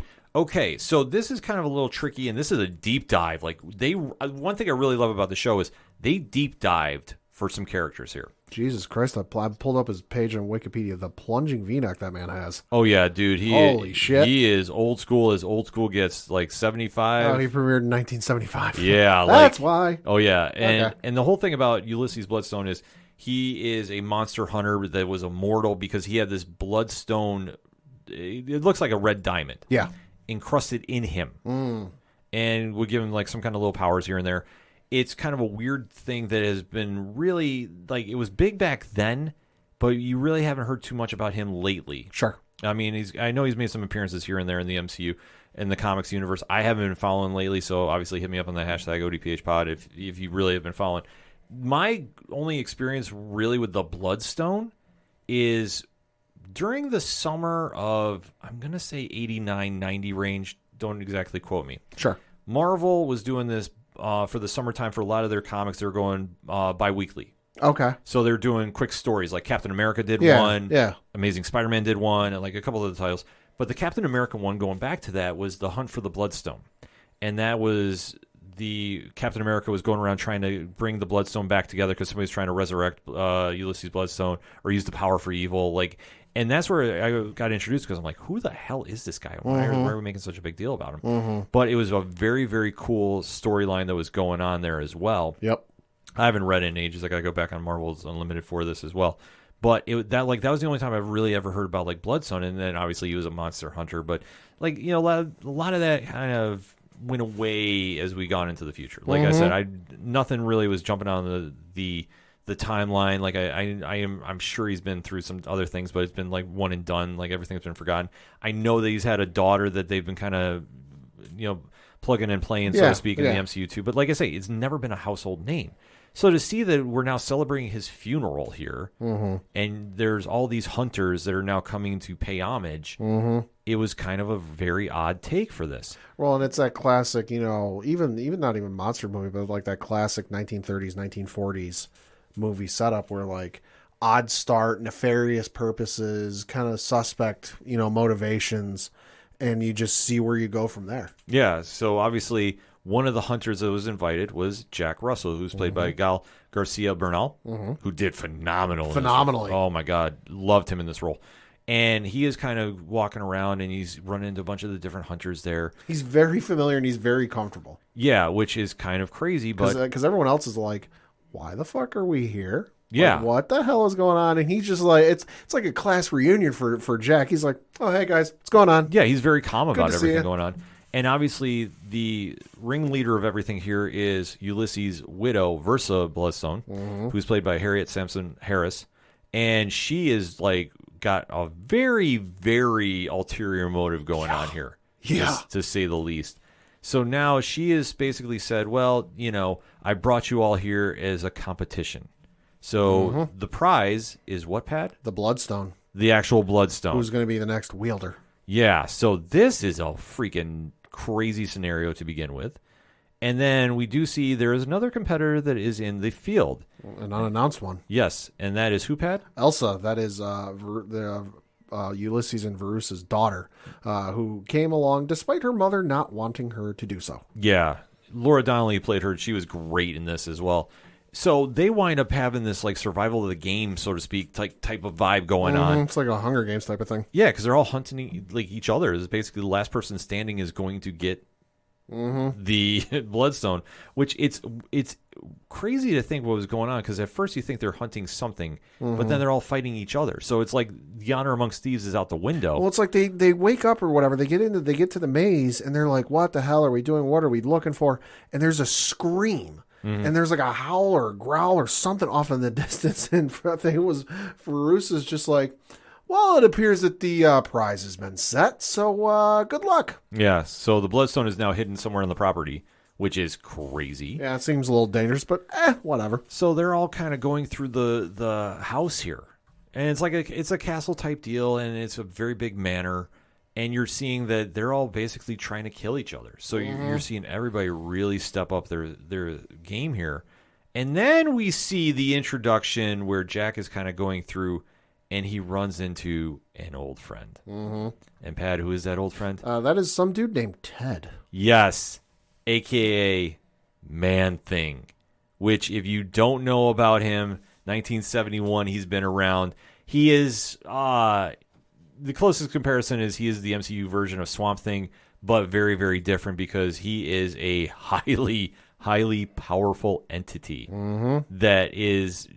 It's crazy to see what he can do. Like if you show fear, he can burn you with his touch, and you saw a lot of that going on here as well. Yeah.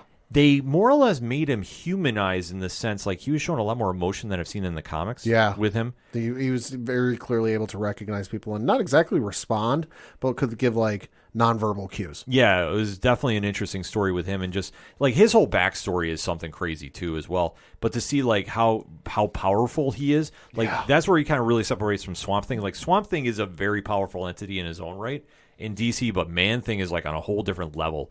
Like he is the protector of the nexus of all realities, like legit in the comics. Like it is wild to see, but he is also a character in the Marvel fandom that has a following like MODOK. So to kind of put in comparison, they have a very similar passionate fan base about them. And seeing Man-Thing come on here, he was winning people over. Like I say, very subtle with his movements, but you see obviously Jack Russell has a connection with him too, and is basically trying to escape with him. And you do see Elsa kind of get tied in with them as well. So there's some crazy fight scenes going on. You're seeing people getting arms cut off. Like it's absolutely batshit crazy. So you do see that Jack Russell does get an explosive device, sets it by the wall so he can free Ted. Yep. And when he does this, though, he winds up getting captured. And you see, though, Man-Thing escapes, though, which it was a cool situation going on because Elsa does remove the Bloodstone. So technically, he's free from everything. Yep. So once this is going on, this also triggers the curse of Jack Russell, and you start seeing the werewolf start to emerge a little bit. So now he's taken in because his cover is blown because you see that Bloodstone's widow there has now recognized this, and Versa is like, we're going to capture him. Like, you faked this in the entire time. Like, your whole record of being a hunter is flawed. So you've now lied to us. So they basically imprison him. Yeah, they lock him up in like a cage with the daughter Elsa, and he's like, and they like. Jack can't figure out why they locked him in there together, but Elsa's got to figure it out. She's like, no, I know why they, locked you, why they locked us in together. And he explains to her, like, hey, listen, I realize I'm a werewolf, but hey, it only happens on full moons, and the next full moon isn't for 5 days. And she goes, well, funnily enough, that stone can turn you into a werewolf in 5 seconds. And he just looks and goes, well, shit. Yeah. No, he played it off very, very calmly. Like everything that was going on. He's like, don't worry, we got 5 days. 5 days is plenty enough time to figure out how we can get out of here. She's like, dumbass, we have like 5 seconds. Yeah, no, they were definitely playing a more comedic role about this, which I'm fine with. Like, you don't really need to be super serious with it. I mean, and he was kind of hamming it up a little bit. Like Bernal's performance, like I said, spot on, great, loved it. I didn't think he went over the top with it, but they were definitely having their humor moments going back and forth too. And like I said, they had great chemistry talking between Donnelly and Bernal. But you do see him go into the full Werewolf by Night ensemble, I guess is the easy way to describe it. He looked great. Like I say, phenomenal. Didn't look cheesy, didn't look anything, half-assed. They really made him look like from the comics, which I was fully applauding. And you do see that he is now so super strong, he winds up escaping. And instead of, killing Elsa, he's killing every guard in that building. Well, in Christ Almighty, so 2 things. One, the transformation sequence was phenomenal. Yes. Very much in that old school, like I said, 1930s, 1940s, the Universal Monster movies way, where you see the silhouette, you don't see him turning, but it's visceral as all hell, and they got the sound effects going to the 9s. And then fucking Verussa has the audacity and the stupidity to stick her arm near the cage. Yeah. And this, I don't even know what you call this sequence where he basically grabs hold of her arm and then is ripping or eating her arm off. And you never see it, but they just got the camera stays focused in on Verussa's face. And she's freaking the fuck out. And you just hear her narration like, oh my God, help me. He's ripping my arm. He's eating my hand off. Yeah. Like, never would have expected this. Like, it was nasty and it was gruesome and it was like scary as all shit, because there were certain points in this, you know, where the blood's splattering and it's hitting the camera lens. Yes. Which was fucking wild, but to get this level of like, oh my, like just how graphic it was without even showing anything, that they're like, she's like, oh my God, you know, my hand, he's eating my hand, but they never showed it. I'm sitting here going, boy, this is taking some balls here.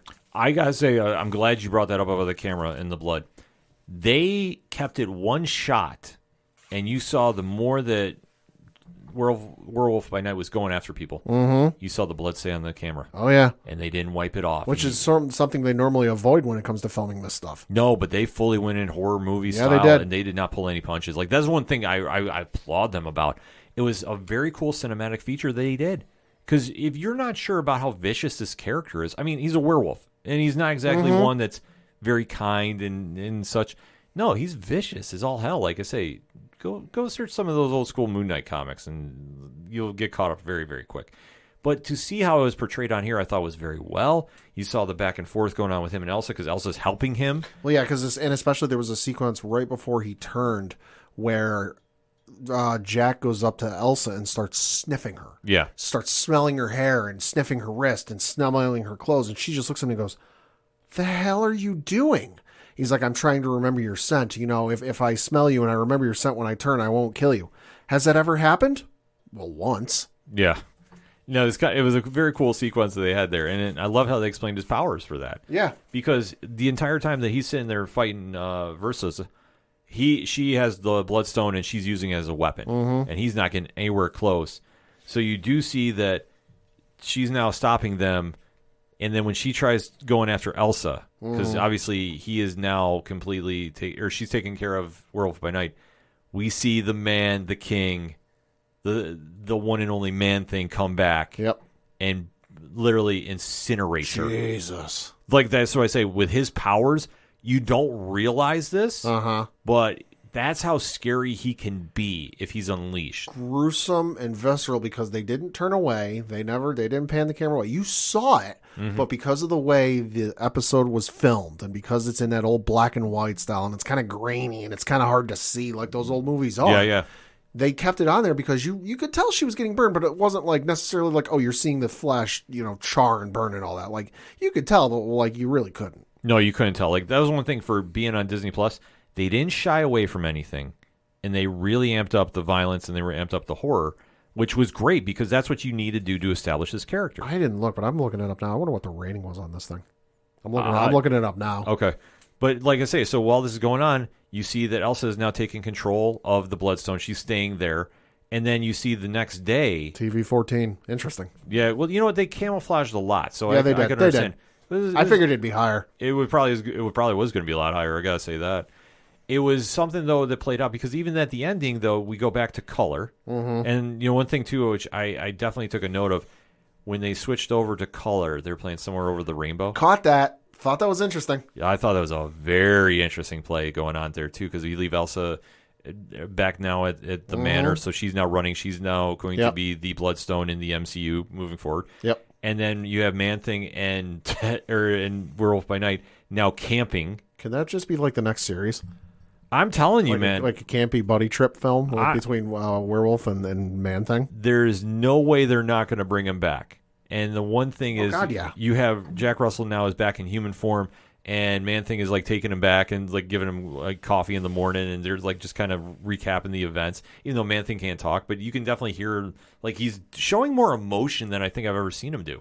But I was perfectly fine, and it works because now he's crossed over. Like if you weren't a fan before, everybody's talking about how he got brought on the screen and how he's portrayed, and it basically gives him the happy ending. And now the questions become, where do we go from here, Pat? Boy, it's going to be interesting because, like I said, I fully anticipate they're using this world and this short to set up the Blade film down the road because you got to figure Blade, vampire, you know, kind of in that world, in that universe. I think they're going to build off of this and kind of use it to springboard into some stuff. It'll be very interesting to see. But this was a hell of an episode, and this was phenomenal in every sense. I'm going to one-up you about the Blade film. There's a video game that's coming out by Marvel. Yeah. That we've heard a lot about, and it delves into the supernatural. Oh, okay, yeah. Midnight Suns. Yeah, that could be. If you're not familiar with that comic line from the 90s, I think you're going to get a very, very big introduction. The thing about Werewolf by Night is he can get plugged and played into that scenario. Like, the thing is, he's not exactly an Avenger level type character. He does have some allegiances to the Midnight Suns because from that comic line, they've kind of spawned into their own group or own branding, so to speak. So you can see him there. Mm-hmm. If they really want to go some places, I don't know who else you would introduce. Sure. That's like the horror character universe. You know, like how Universal had like the Mummy and the monster movies. Yeah. Yeah. They might try doing something like that with the MCU characters. They could. There is variations of that. Dracula is in the MCU. They could. And Werewolf by Night would fit in there as well. And then you could even just to kind of bring the audiences in if they might not be so necessarily into the horror aspect of things. You could bring in the not so super powered heroes, like a Kate Bishop, or something like that. We're like, hey, they're still they still have abilities and they're still great, but like it's not a total overpower, fight between the two. Yeah, well, especially if you got Man-Thing in there because he has been featured on a few rosters in the comics universe over time. Never to the Avengers, to my knowledge, but he's kind of floated there. Like I'm sure that he's been in like one of the spin-off groups, but I'm not going to say like full Avengers. But he's one of those characters like you can definitely plug in. Like at one point he was on the Thunderbolts. Now is he going to be in the MCU one? No, not as of yet. Anyway, that would be amazing if they brought him in. He could show up. Oh my God, I'd mark out like a madman. That would be one thing that would get me excited about that movie. But it's a situation now. You've opened that door to the supernatural realm of the MCU. We've only seen this happen a few times. We've seen this happen in Agents of S.H.I.E.L.D. with a Darkhold. We've seen this happen with Ghost Rider. Mm-hmm. We've seen this happen to a lesser degree with Moon Knight. But Moon Knight is kind of one of those characters that can get flexed in there, depending on the story. Blade is another one. So they are planting the seeds for it if they really want to do a Midnight Suns run. I think we're going to see that in some capacity. To what degree, I don't know. I think maybe season 2 of Moon Knight might have Werewolf by Night stop by. I could see it. I could definitely see that. But then again, they're going to go in a lot of different directions. Like, they've gone so far away from the comics, it's hard to predict. Sure. So we'll have to wait and see about that. But with Werewolf by Night, I could see a Blade appearance. I definitely could see that. Depending on what's going on with that script, though. Right. I think maybe the original plan might have had him in there, but now to be determined, ... Either way, they have a big win. Perfect time of year to do this. If they want to do a Midnight Suns one-shot every October, I think that's smart money. Oh, absolutely. I really think that's smart money. If they do it regularly, I don't know.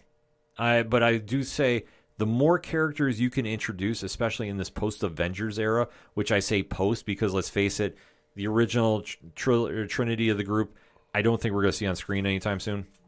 But I think this next wave, you're going to want to establish as many heroes as you can. Marvel's doing a smart thing with this, and I really think they got a home run here. So I'm definitely saying check this show out if you haven't. It's under an hour, too, so it's a very quick watch. It moves very fast. The cinematography is great. Acting spot on. And this is a different side of the MCU than you've seen before. So definitely make sure to check this out on Disney+. But in the meantime, hit us up on that hashtag ODPHpod. What is your thoughts about Werewolf by Night? Did you love it? Did you hate it? Have you watched it yet? And why not? And what is your thoughts about Man-Thing? Let's talk about the real star of this show, shall we? We're going to take a quick break. We'll be right back.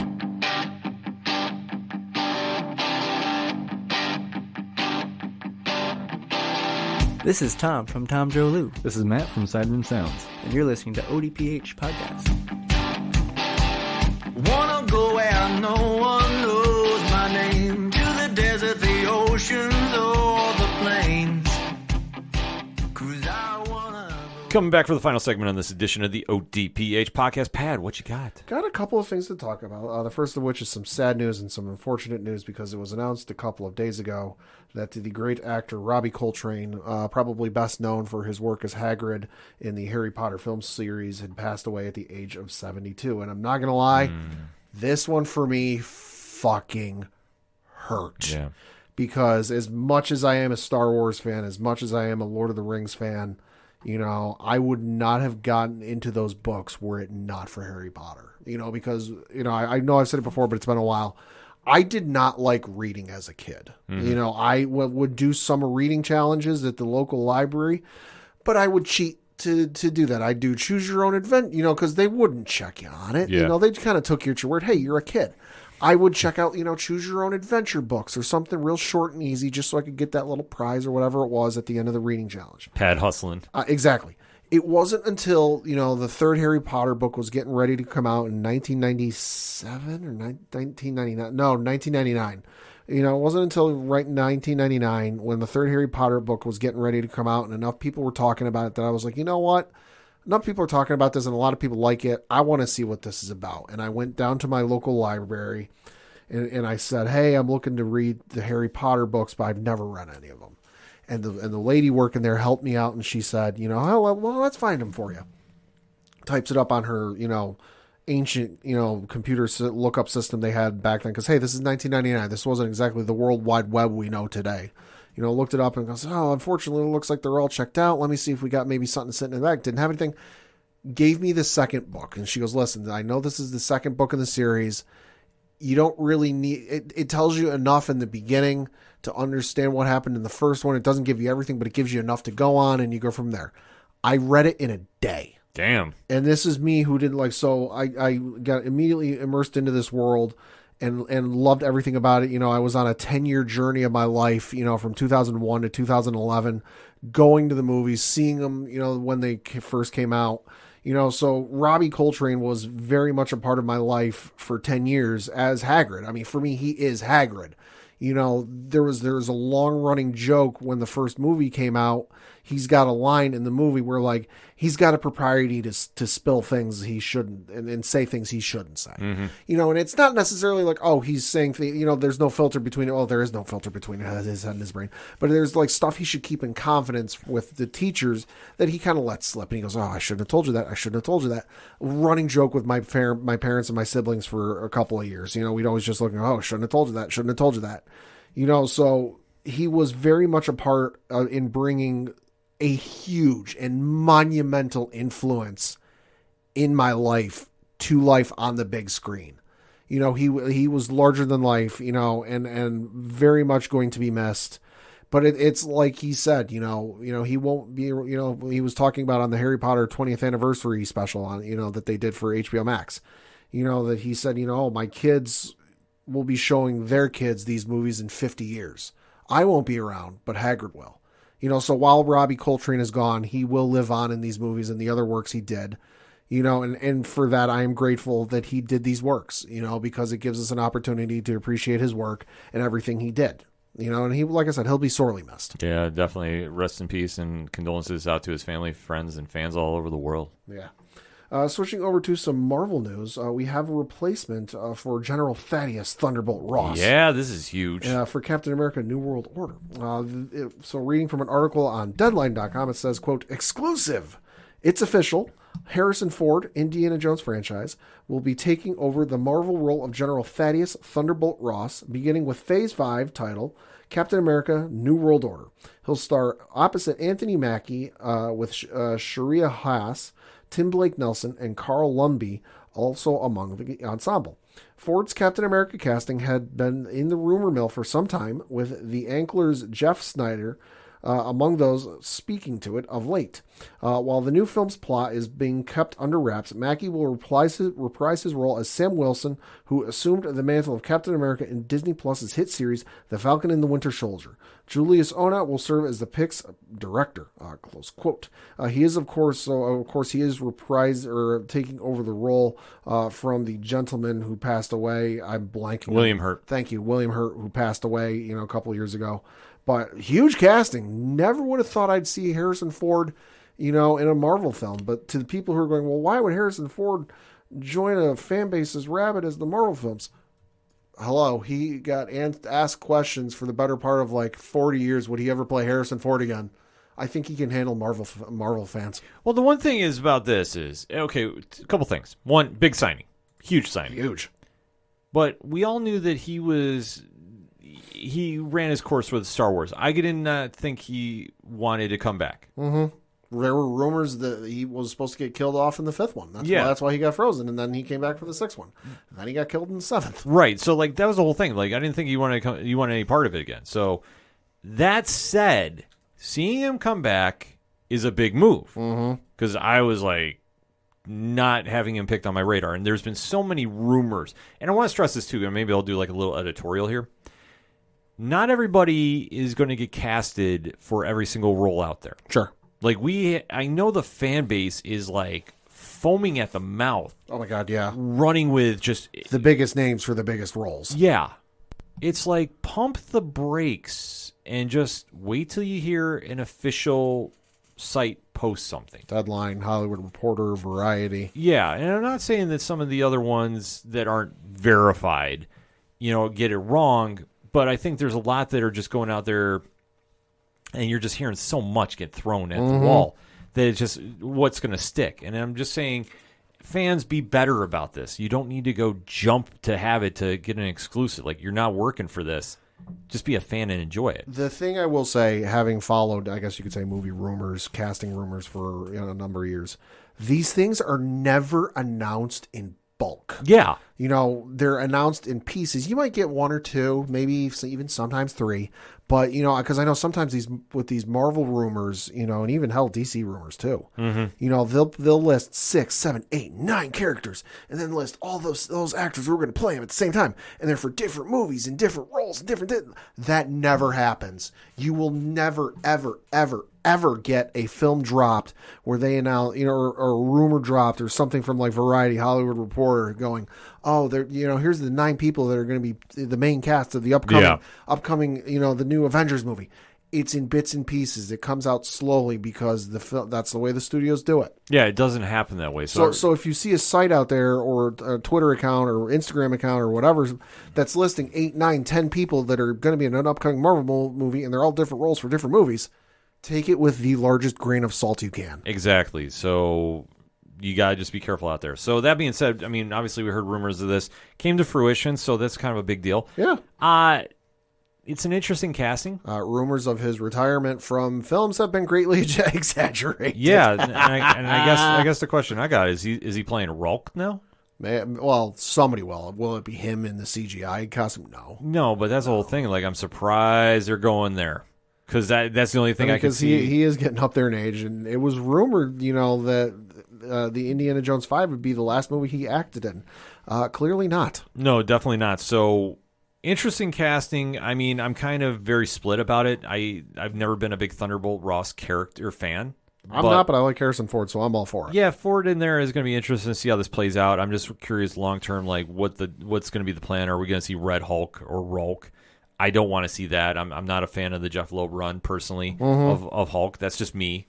But if that's your character, let's talk about it in the hashtag. But yeah. I'm going to say I'm kind of like it's a big move for Marvel. You kind of expect it, but long term, let's wait and see. Switching over to some DC news, we got some interesting information from the Hollywood Reporter, specifically about James Gunn and some potential stuff in the future for DC films. Yeah, this is huge. So reading from the article, it says, quote, "The Hollywood Reporter can exclusively report that James Gunn, the filmmaker behind Marvel's Guardians of the Galaxy movies, as well as Warner's DC-based The Suicide Squad and Peacemaker, is angling for his own new DC project, or two. Sources tell the Hollywood Reporter that Gunn and producer Peter Safran are in talks with Warner's for a mystery movie, possibly more, that Gunn would tackle. Safran is already in the DC business, being a producer on Shazam and its upcoming sequel, as well as Aquaman and that movie's sequel. Warner's had no comment, but one insider observes a carving of the comics company's intellectual assets is happening. Quote, "DC is definitely in play," says the person. How much play may depend on your perspective from inside or outside the studio. While it isn't clear what hero or teams Gunn is targeting, and the writer-director would focus on a second season of Peacemaker first, the studio's eyes are very much on Superman. Under Warner Brothers Discovery, CEO David Zaslav and Warner Brothers Pictures head Michael DeLuca and Pam Edby, Warner's has an intense desire to reprise the Cavill iteration of the hero. The project that would essentially be Man of Steel 2 is being produced by Charles Roven and is currently searching for writers.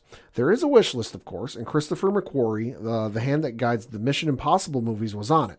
McQuarrie worked with Cavill on the 2018 installment Fallout, but sources say no official outreach has been made, nor may it be feasible as the director is working on the next back-to-back Mission Impossible installments.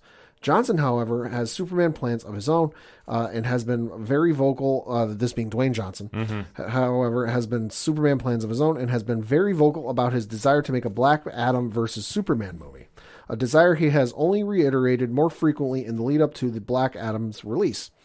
This comes as he talks up the surprise cameo at the end of Adam, with the actor all but stating that Cavill will appear.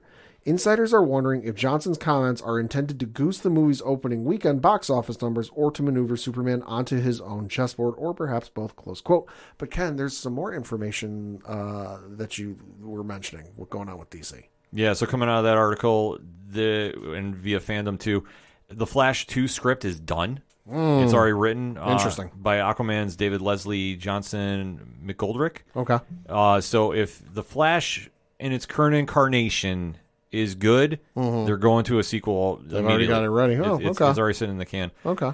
It was announced that Matt Reeves is seeking writers and directors for the Batman's Rogues Gallery spin-off films. Yeah, what was the one I saw? Professor Pig? Professor Pig. Fucking give it to me. That'd be wild, and I'd be here for it. Scarecrow and Clayface. Okay, that'd be good. Clayface would be a good one. Scarecrow, I don't know. See, I'll get into it when we get done reading about this, because the last one that really caught my eye was Patty Jenkins' Wonder Woman 3 script is expected imminently. That is according to the article via Hollywood Reporter. So there's a lot going on with this. Yeah, there is. So let's break this down in these fronts. Okay, one, Warner Brothers might not have been keen about Henry Cavill, but Dwayne "The Rock" Johnson wants him there. So guess what? It's a whole new era with DC and him involved there. Obviously, we know going into this weekend, Black Adam is coming to the movie theaters this week. So there's going to be a big temp in the room. And another editorial, too, and I said this online, and I'll say this again. There's a lot of reviews coming out early that have varying opinions about the film. If you are really excited about this film, go see it and make your own judgment after. That's what we do here. We give editorials. And we will, like I say, I usually read a quick number to get a temp in the room. Sure. But there's been times that those numbers have been wrong. Yeah. For better or for worse. Yeah. So I'm going to just say this. If you're super excited to go see this movie about DC's now anti-hero, which I agree with Ron from 3FN, he's not an anti-hero. That's never been him until recently. Listen, if you're excited about the film, go see it. And, if you like it, say why you like it. If you didn't like it, say why you didn't like it. Trust me. It's cool either way. But go make your own decision. And obviously with the Dwayne era taking over, because it was announced today that DC head of their film division, Walter Hamada is gone. Yep. Well, because he'd agreed to stay on through the release of Black Adam, and then he would assess whether he would stay on from there. Well, we're at the release, and he ain't staying. No, it's been widely reported. Deadline's got that article up to that he's gone after 15 years. Yeah, it's crazy. That's with Warner's, and according to the article, 4 years as president of DC Films, he's gone. Yep. So it's a whole new era. Like I said, Dwayne "The Rock" Johnson wants to do a couple things. James Gunn back at it. Yeah. That's a big deal. I mean, listen, for as great as Peacemaker Season 1 was, and for as amazing as the Suicide Squad was, give him the key, essentially I think they're doing for him again what they did with the Suicide Squad. They're giving him the key and a blank check and going, what do you want to do? And for as good as both of those products were for DC, I can't fault him for it. Yeah. I got 3 words. I think I know what he's doing. Yeah. Green Lantern Corps. Ooh. I'd be all right with that. Why not? Get a Ryan Reynolds cameo for reasons. Let's get real, folks. Yeah. But no, yeah, even the review thing, I mean, it was brought up by Multiverse of Badness in one of our Twitter chats. Take reviews for a grain of salt. Use them as a gauge whether you want to see a movie or not. If you're on odds are for most movies, you've already made a decision whether you're going to go or not. But if you're on the fence of something, certainly use Rotten Tomatoes, the IMDb score, or even a site's review if they give a number score, a star score, or letter score, or whatever. Use it as a gauge, but never set any precedent by it, because as was pointed out by Multiverse of Badness, Roger Ebert gave the 1997 Spawn film 3.5 stars out of 5. Well, I mean, I don't see any fault with that. No, but you're At OD Parlay Hour if you'd like to point out any faults to Ken on that one. Exactly. No, it's ODPH podcast. Oh, yeah, that's right. ODPH podcast. You can try the old one. I don't think it's still up and running. No. But that's the whole thing, too. And you just use it as a gauge and be your own fans and make your own criticisms. Like, I know we give a hard time to some people that really go hard in the paint for Eternals. I will disagree with you all day about that, but I respect your opinion. And that's the thing. If you really feel that way about it, then do you. You know, yeah. At the end of the day, it ain't my cup of Java, so trust me. I am not losing sleep about it. The Matt Reeves thing, though, getting back to the article. Fucking give it to me. That's crazy. I'm all for it. Listen, I saw the Professor Pig one, and I'm like, that would be wild, and I'd be here for it, because it's so different. It's extremely different. So the fact we're going that route, I mean, I don't know what to expect. Like, I know after I can tell you right now, they do a Professor Pig movie, hard R rating. Oh yeah, that ain't getting a PG-13. They ain't getting no fucking PG-13. No chance in hell about that one. I just, let me just say, I can't see that going down. So that'll be interesting to see how that all plays out, if that all comes to fruition. But we've heard a lot coming out of the Batman film that I think we just need to temper the expectations. Because there's been, spin-off show here, do this, do that. Until we actually start seeing this, we just got to go in and just be fans. Like, that's the big takeaway I got with that. And lastly, the Wonder Woman 3 script. I'm not surprised at that. I'm not surprised at all. Like, they're going to do a trilogy film. Like, there was no question about it. No matter how bad Wonder Woman 84 was. They were going to do another one. So I think they're going to take a lot of the miscues from that film and run with it in a different direction. So, okay, I'm good with that. But overall, like, if you're a DC Comics film fan, be happy. There's a lot of stuff to use as a rallying point, but the thing that they need to do, and I'm going to stress this, they need to come in and deliver. If they don't deliver on any of this is all just a nice press release. Mm-hmm. I feel, though, Dwayne Johnson has taken it upon himself to really make this his franchise, really make this into something. So it's going to be on The Rock's shoulders to deliver. The Black Adam vs. Superman film is only there for certain fans that are fans of The Rock and Henry Cavill. There really isn't one screaming that for the comics. If you're going to do anything, do Superman vs. Shazam. But that's not going to happen. At least not in this incarnation. No. So take it for what you will, but at least I like there's some energy coming out of this. There's some things to be excited about. And DC has had a solid year thus far with its projects. You have to give them their due there. Has it been amazing home runs out of the park? Debatable. No. But I think there's been a lot of wins for their stuff on HBO Max. Peacemaker is one that we definitely talk about all the time. Mm-hmm. So, that said, big win for DC. Let us know what you think about that. And then lastly, certainly not least, we got some video game news from the folks over at Konami, because one of their most storied franchises is making a comeback, and holy fucking shit, in a big way. That is the Silent Hill franchise. Now, it has been quite some time since we've seen a game in the mainline series. 2012 was the last one with Silent Hill Downpour. That came out in 2012. There was also some other games that came out in 2012. They had Silent Hill Book of Memories. That was in 2012. And then you had the HD collection. That was in 2012. But so, and then even the movies. It's been, 2006, you had the main movie. And then there's some other ones. There was a, Silent Hill Revelation, that was an adaptation based on Silent Hill 3, that was released in 2012, But it's been a while, since you've had any of that stuff. But boy, oh boy, did they take advantage of spooky season to announce some Silent Hill stuff. Buckle in, folks. There's some announcements. Coming out at some point, you have the Silent Hill 2 remake. Reading from an article on IGN.com, it says, quote, as rumored, Bloober Team is developing a full remake of Silent Hill 2 with the help of original team silent artist Masahiro Ito and composer Akira Yamakoa. The remake was announced for PlayStation 5. Although I'll just say this, I presume it's going to come out on the other consoles. It's just they announced it for PlayStation 5 right now.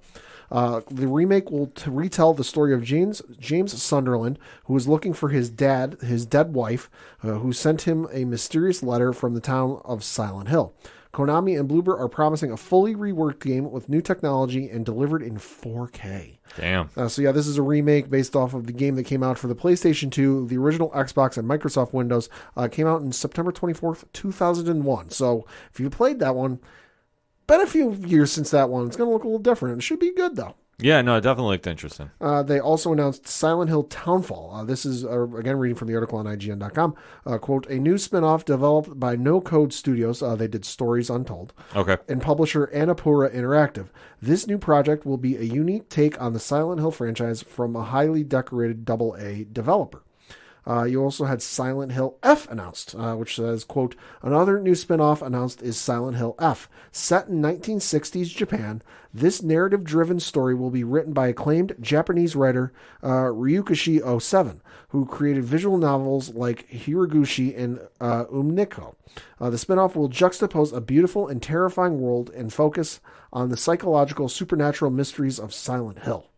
You also had Silent Hill Ascension announced. Quote, potentially the most unique announcement from the transmission, Konami announced Silent Hill Ascension, an immersive project where participants around the world will control the characters in a new Silent Hill story. Basically a Let's Play Pokemon version of a new Silent Hill story that will be live on multiple platforms.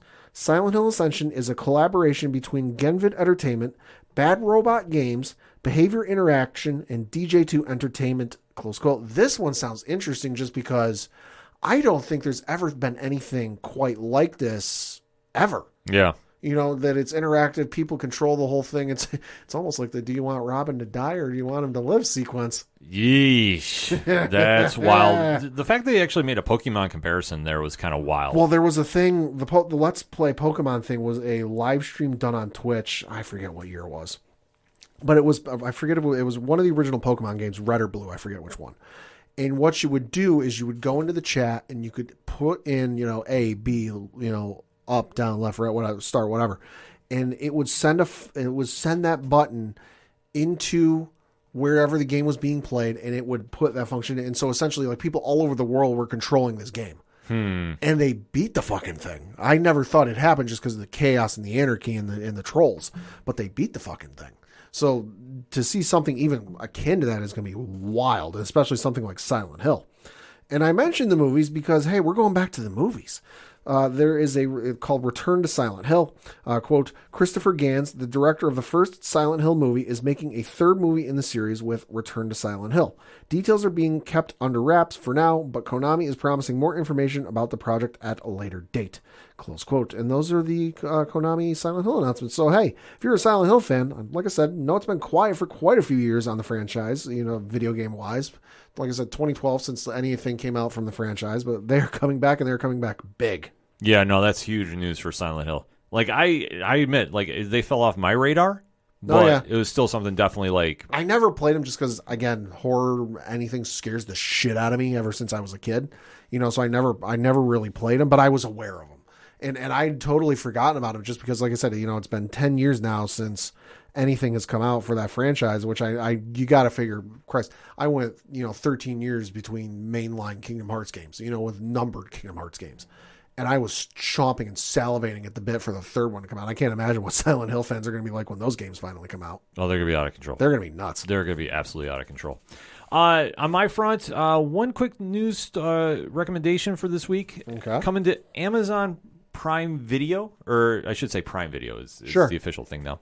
There's a show that was coming out. They had a panel in New York Comic Con. I didn't get the chance to attend it, but definitely caught my eye. And that is the show entitled The Peripheral.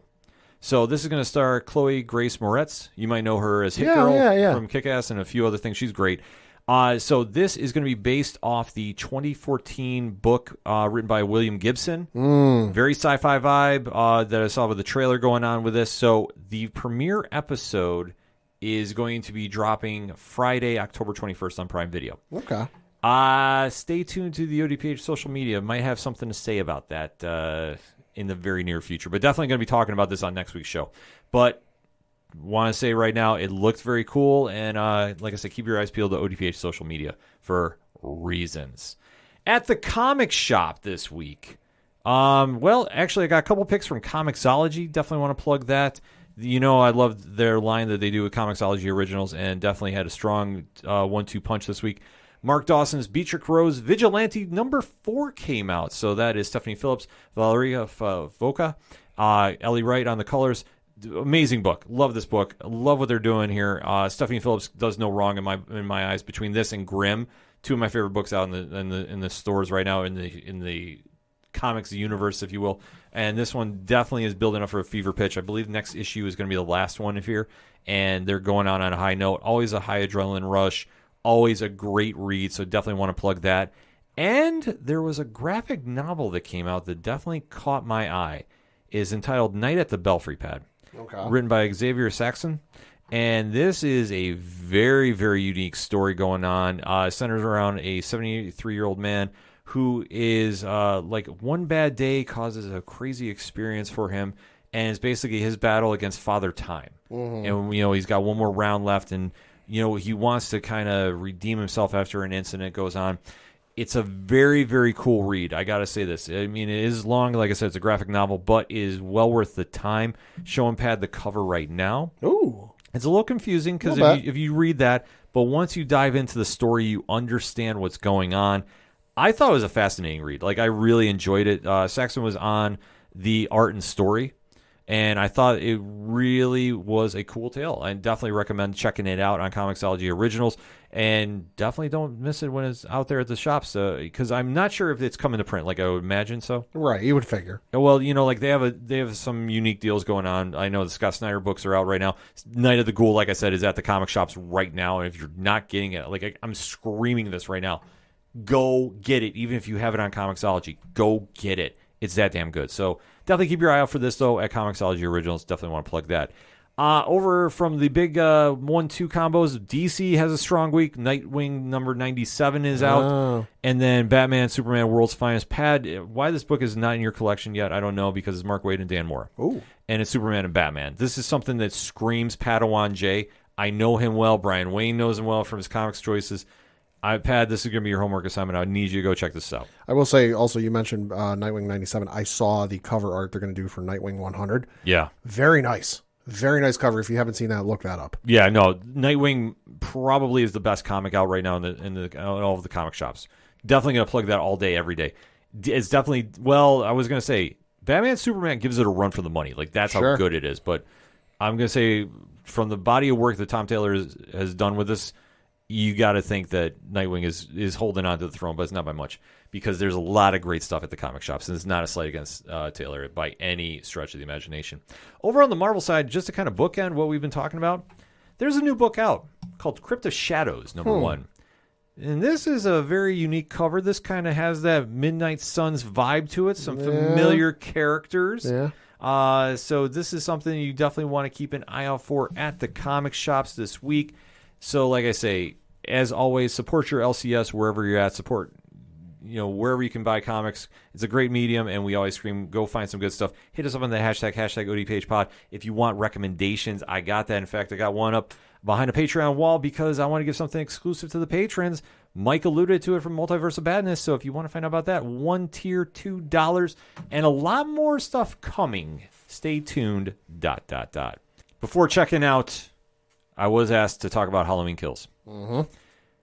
Avoid it at all costs. It is not good. It is not good. It's the worst film of the year, bar none. If you want a further detail about this, the latest episode of 3FN, I was a guest on it. Rich, Ron, and I discuss it. We're just going to leave it at that. Let me just say this, because I have not seen any of the Halloween movies, because, like I said, I don't really like horror movies. Scare the shit out of me. So all these comparisons and rankings, like, oh, it's better than this, but it's worse than this, do nothing for me. So I asked Ken, I go, listen, let me give this like a ranking that I can understand. Better or worse than Dark Phoenix, which, if you're a longtime listener to the show, is like one of the worst movies we've ever seen. Facts. I said, is this better or worse than Dark Phoenix? And Ken said... Worse. Which is saying something. Absolutely worse. No, it's literally 50 minutes of them messing around like it was an old school CW show. Like, the only thing I was waiting for is Remy Zero Save Me to kick on. Hey, listen, you put some respect on Remy Zero. Oh, no. They couldn't even redeem it. Put some respect on Save Me. And, literally, it was 50 minutes of that. Then you start dancing around to what really goes on, and it was such a letdown for a trilogy film. It made no damn sense. Like, it was just awful from top to bottom. The only thing you can say is March of Band click all day, every day. That is it. If you want the more full detail, I will do one on Twitter rant, but I will do it when after Monday, because I want to give a full week run for the show that we did with 3FN. that I was on and as a guest for. So if you want to find out about that, 3FNpodcast.com, go find the episode. It's up right now. You should be following and subscribing to them anyway, so that goes without saying. On that note, for anything and everything that is the ODPH, ODPHpodcast.com. That's it for this week. For Padawan J. He doesn't know yet, but I'm dragging his ass to see that movie again. Pad will go see this. We're going to go see this. Oh, fuck no. Oh, yeah. No. If you're dragging me, I'm taking you with me. We're going down. This is a team, my friend. I'm your host, Ken. Thank you, as always, for listening to the ODPH podcast, better known as the Ocho Duro Parlay Hour. Avoid Halloween kills at all costs. We'll see you next time.